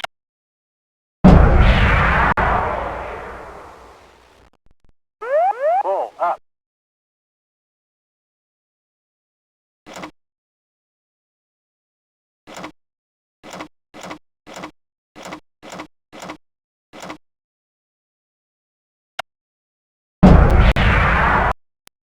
Skydivers gather at almost any small-town airport. All they need is a parachute and lots of nerve. At a few thousand feet, they coolly step right out of a good-running airplane and free fall as far as they dare. I tried this once. There's nothing in the world like it, or out of this world either. One breed of sky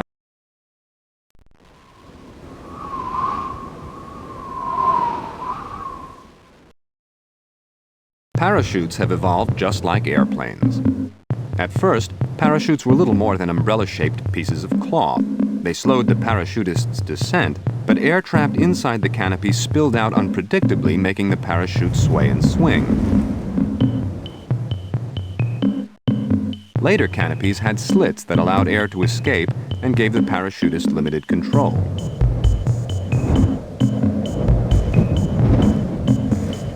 Today's canopies are really inflatable wings. Air enters the front of the canopy and fills cells, making the canopy into an airfoil that a parachutist can fly, much as a pilot flies an airplane.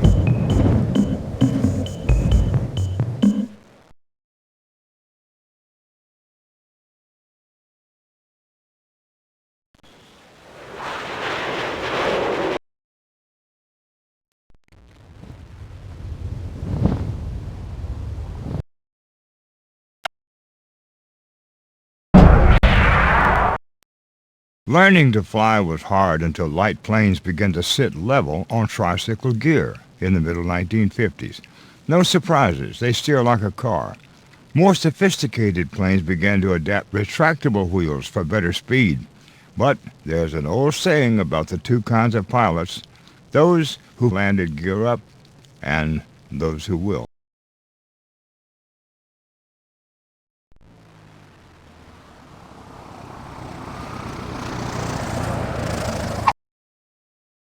Too low gear. Too low gear.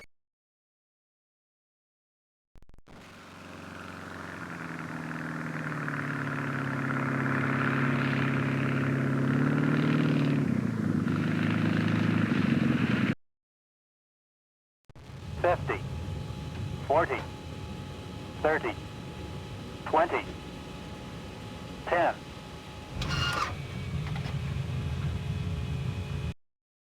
Too low gear.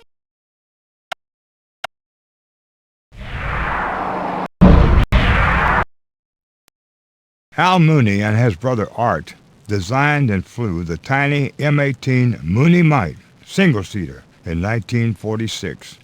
That same year, Convair flew the B-36, the world's largest bomber, powered by 6 3,500 horsepower Wasp engines. You could stack about a dozen Mooney Mites inside a B-36, and it still wouldn't be crowded.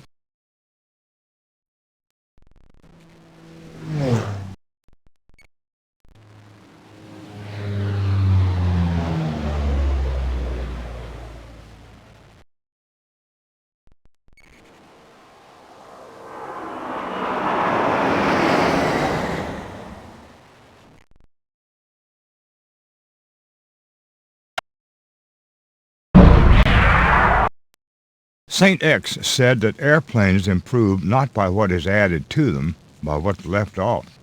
Just in my lifetime, those old bird-cage biplanes became more sleek until they became one smooth shape, as though carved and polished by a master sculptor.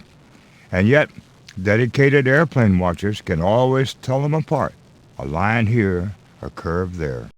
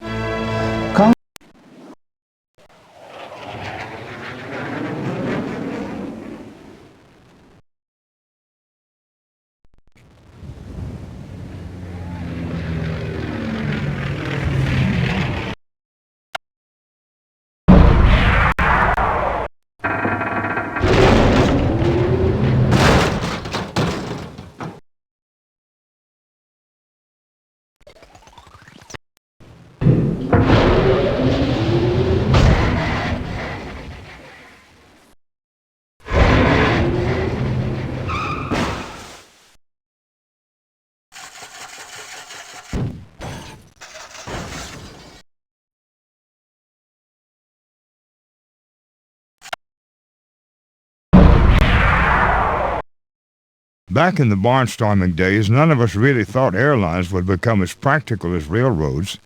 Airplanes were cramped and bumpy and slow, and you could buy an insurance policy with your ticket, and most people did.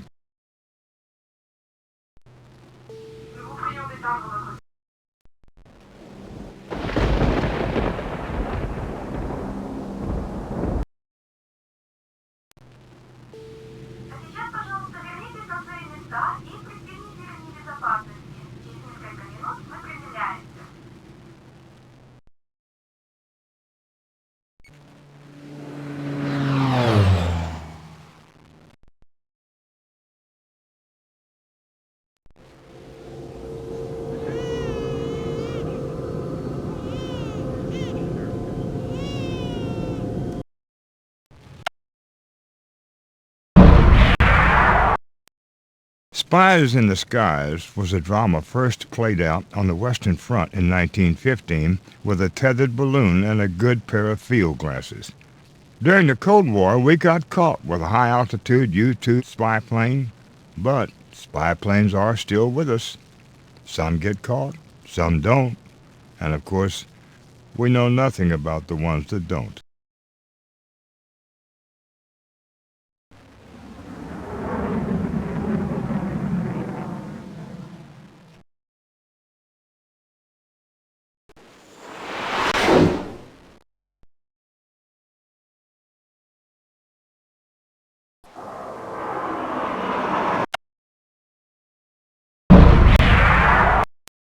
At Lockheed, they call their research and development hangar the Skunk Works. Lockheed is the ultimate fly-by-night airplane builder. No company ever served up more revolutionary airplanes. The only trouble is that most of their best work is of the shy, nocturnal variety, and their real records are still stamped top secret.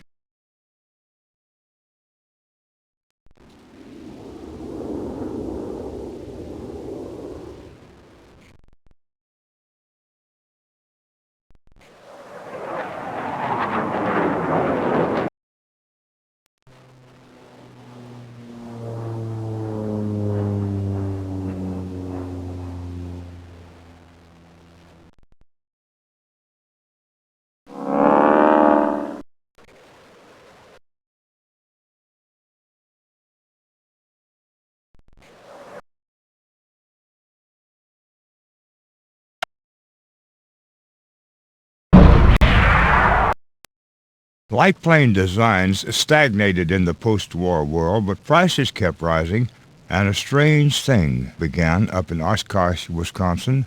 Working in his basement, Paul Poberezny built a good little airplane and founded the Experimental Aircraft Association. Today, these home-built planes are the answer for many pilots, and the annual EAA meeting at Oshkosh is the biggest aviation convention in the world.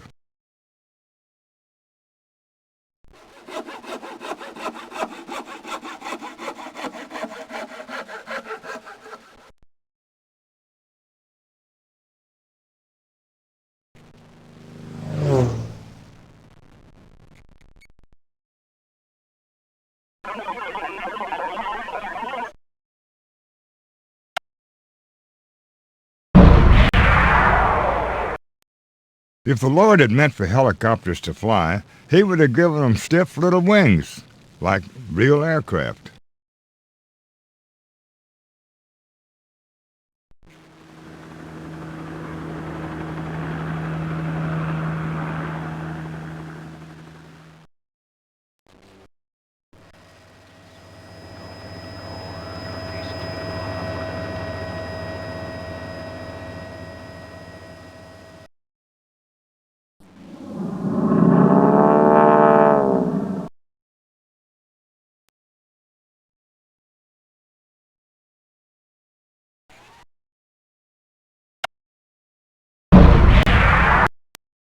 I grew up reading about World War I aces, dreaming of being a fighter pilot. I sketched spads and pokers on my science and math papers, but I couldn't answer the questions. One day a teacher handed back a paper with this note: "If you don't learn to do some of this, you will never fly one of these."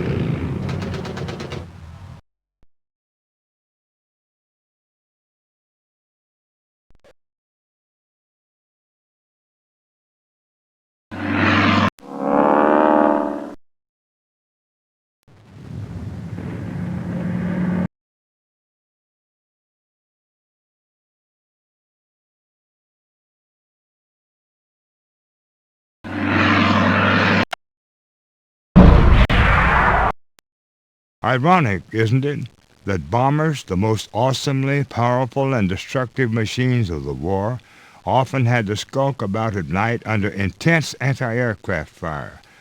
A favorite saying of bomber crews was, "The flak was so thick you could get out and walk on it."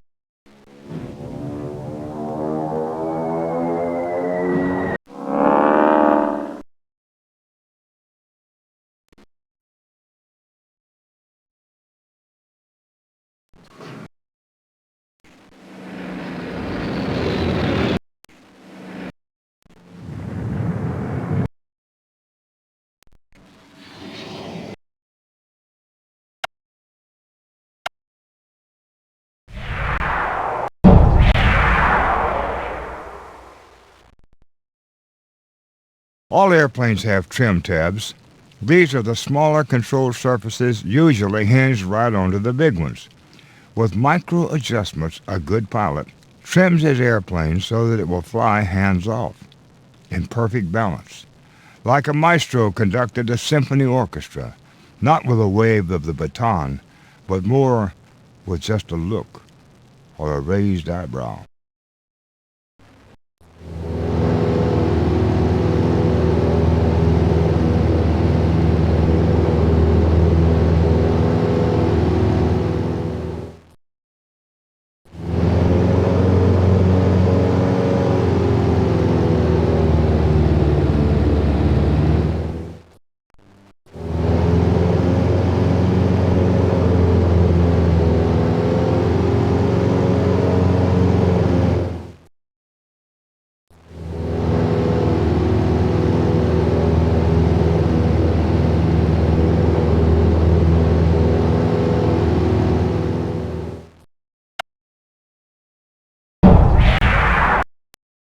Skydivers gather at almost any small-town airport.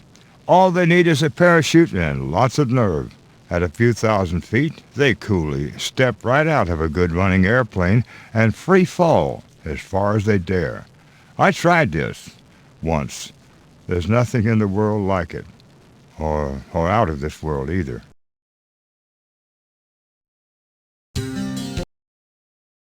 Modern hang glider pilots still fly much as Otto Lilienthal did, by shifting their weight. They swing backward and forward to go up and down, and lean left and right to turn.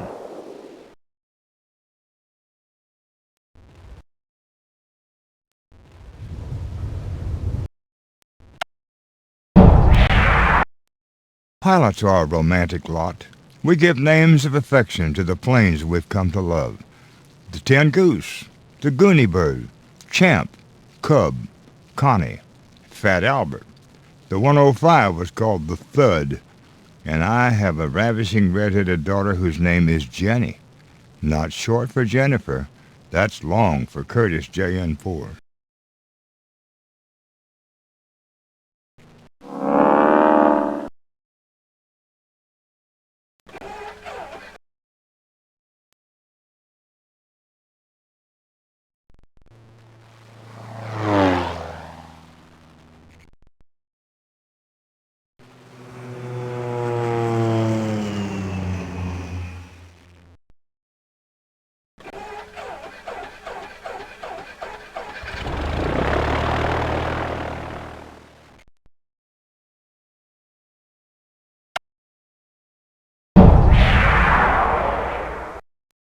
Any 16-year-old can still wander out to the local airport and say, "Who do I see around here about learning how to fly?" Big aviation academies are excellent, but flight instruction has always trickled down to grassroots airports. Local instructors budget their earnings from new students to pay for their own advanced training and upgrading of their licenses. It's a good system, and it has an excellent safety record.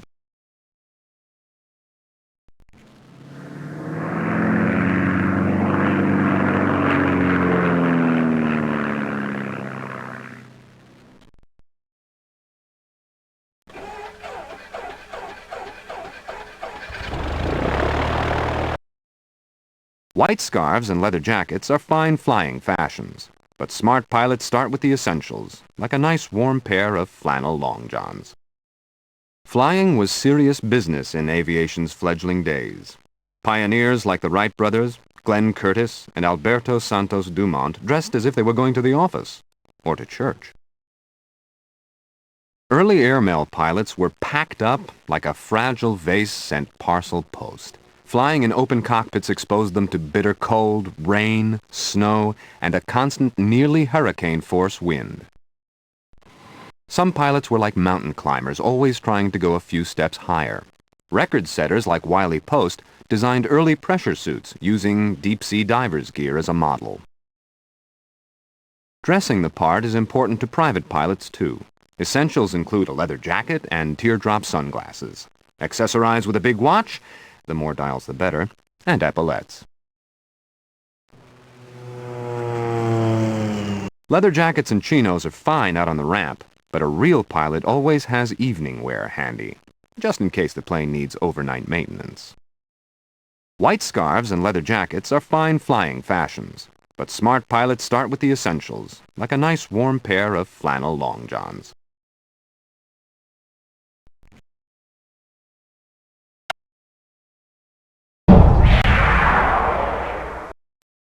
Some airplanes are sprinters, others are weightlifters, some have the endurance of a marathon runner. Long, limber, ethereal, a sailplane is the ballet dancer that pirouettes through the sky silently. Sailplanes fly by riding rising currents of air. They can catch a lift by flying in tight circles to stay in a thermal, a column of air heated by the ground below, or they can fly back and forth along a ridge where air, pushed against the hillside, has nowhere to go but up.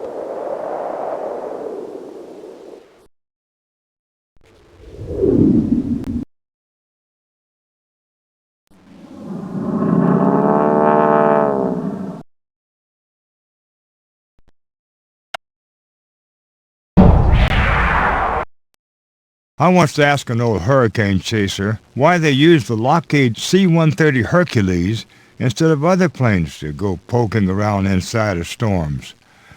Well, he said, that's the only ones we ever got back.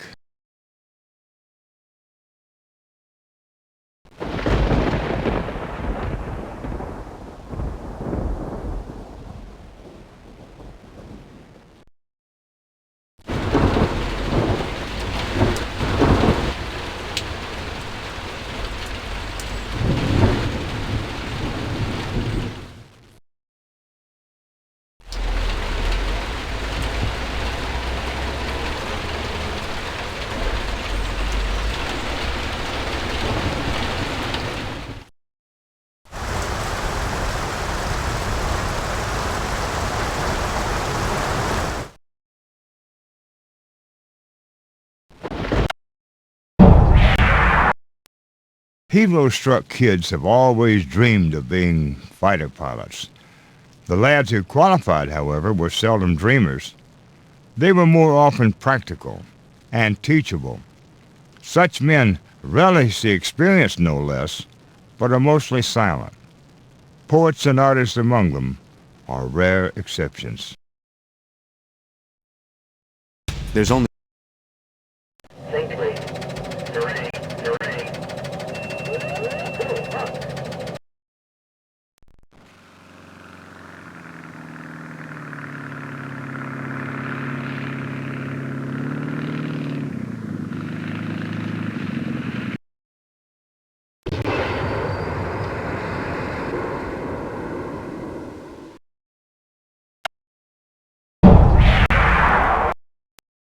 Light plane designs stagnated in the post-war world, but prices kept rising, and a strange thing began up in Oshkosh, Wisconsin. Working in his basement, Paul Poberezny built a good little airplane and founded the Experimental Aircraft Association. Today, these home-built planes are the answer for many pilots, and the annual EAA meeting at Oshkosh is the biggest aviation convention in the world.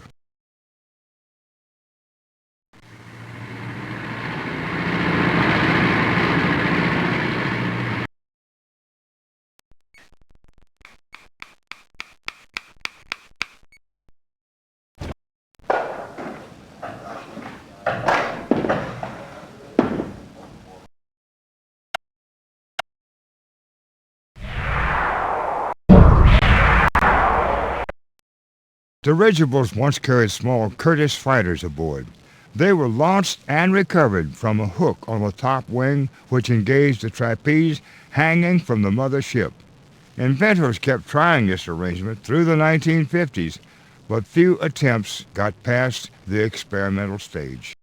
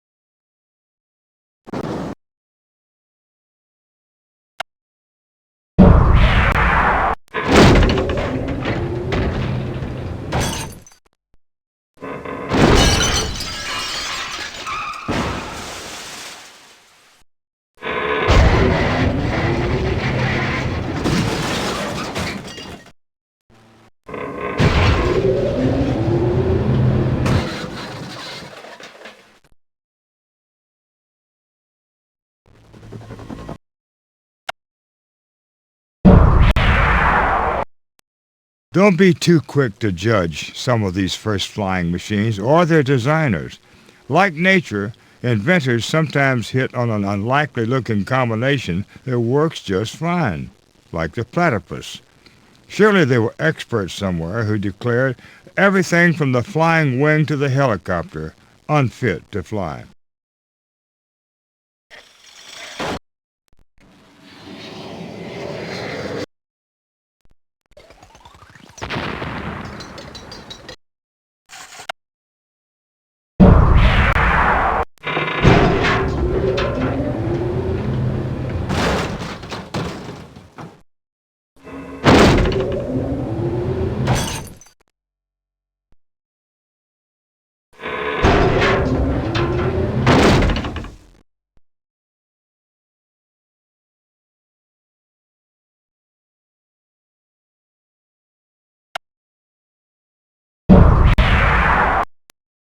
Home-built ultralights are a happy modern fashion in flying. It's surprising how much one looks like Louis Blériot's 1907 monoplane. But why not? In science, the same question often results in the same answer.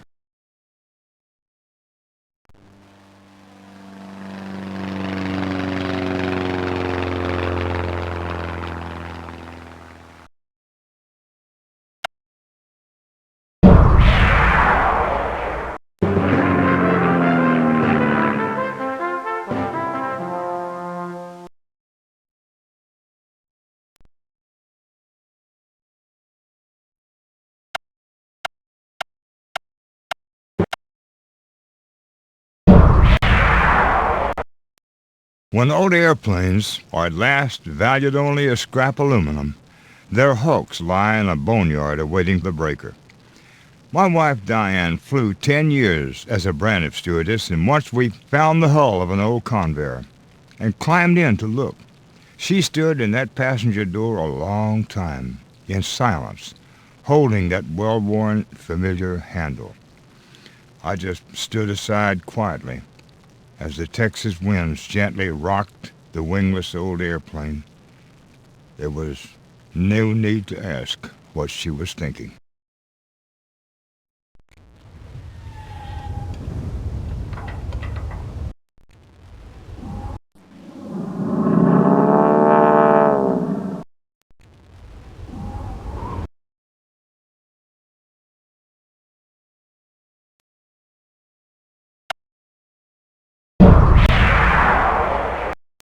Today's test pilots replaced the old open cockpit airmail pilots as the bravest of the brave. Why so? They're writing the book beyond what engineers can predict. Nobody knows everything that a new design can do until some pilot takes it out alone and asks.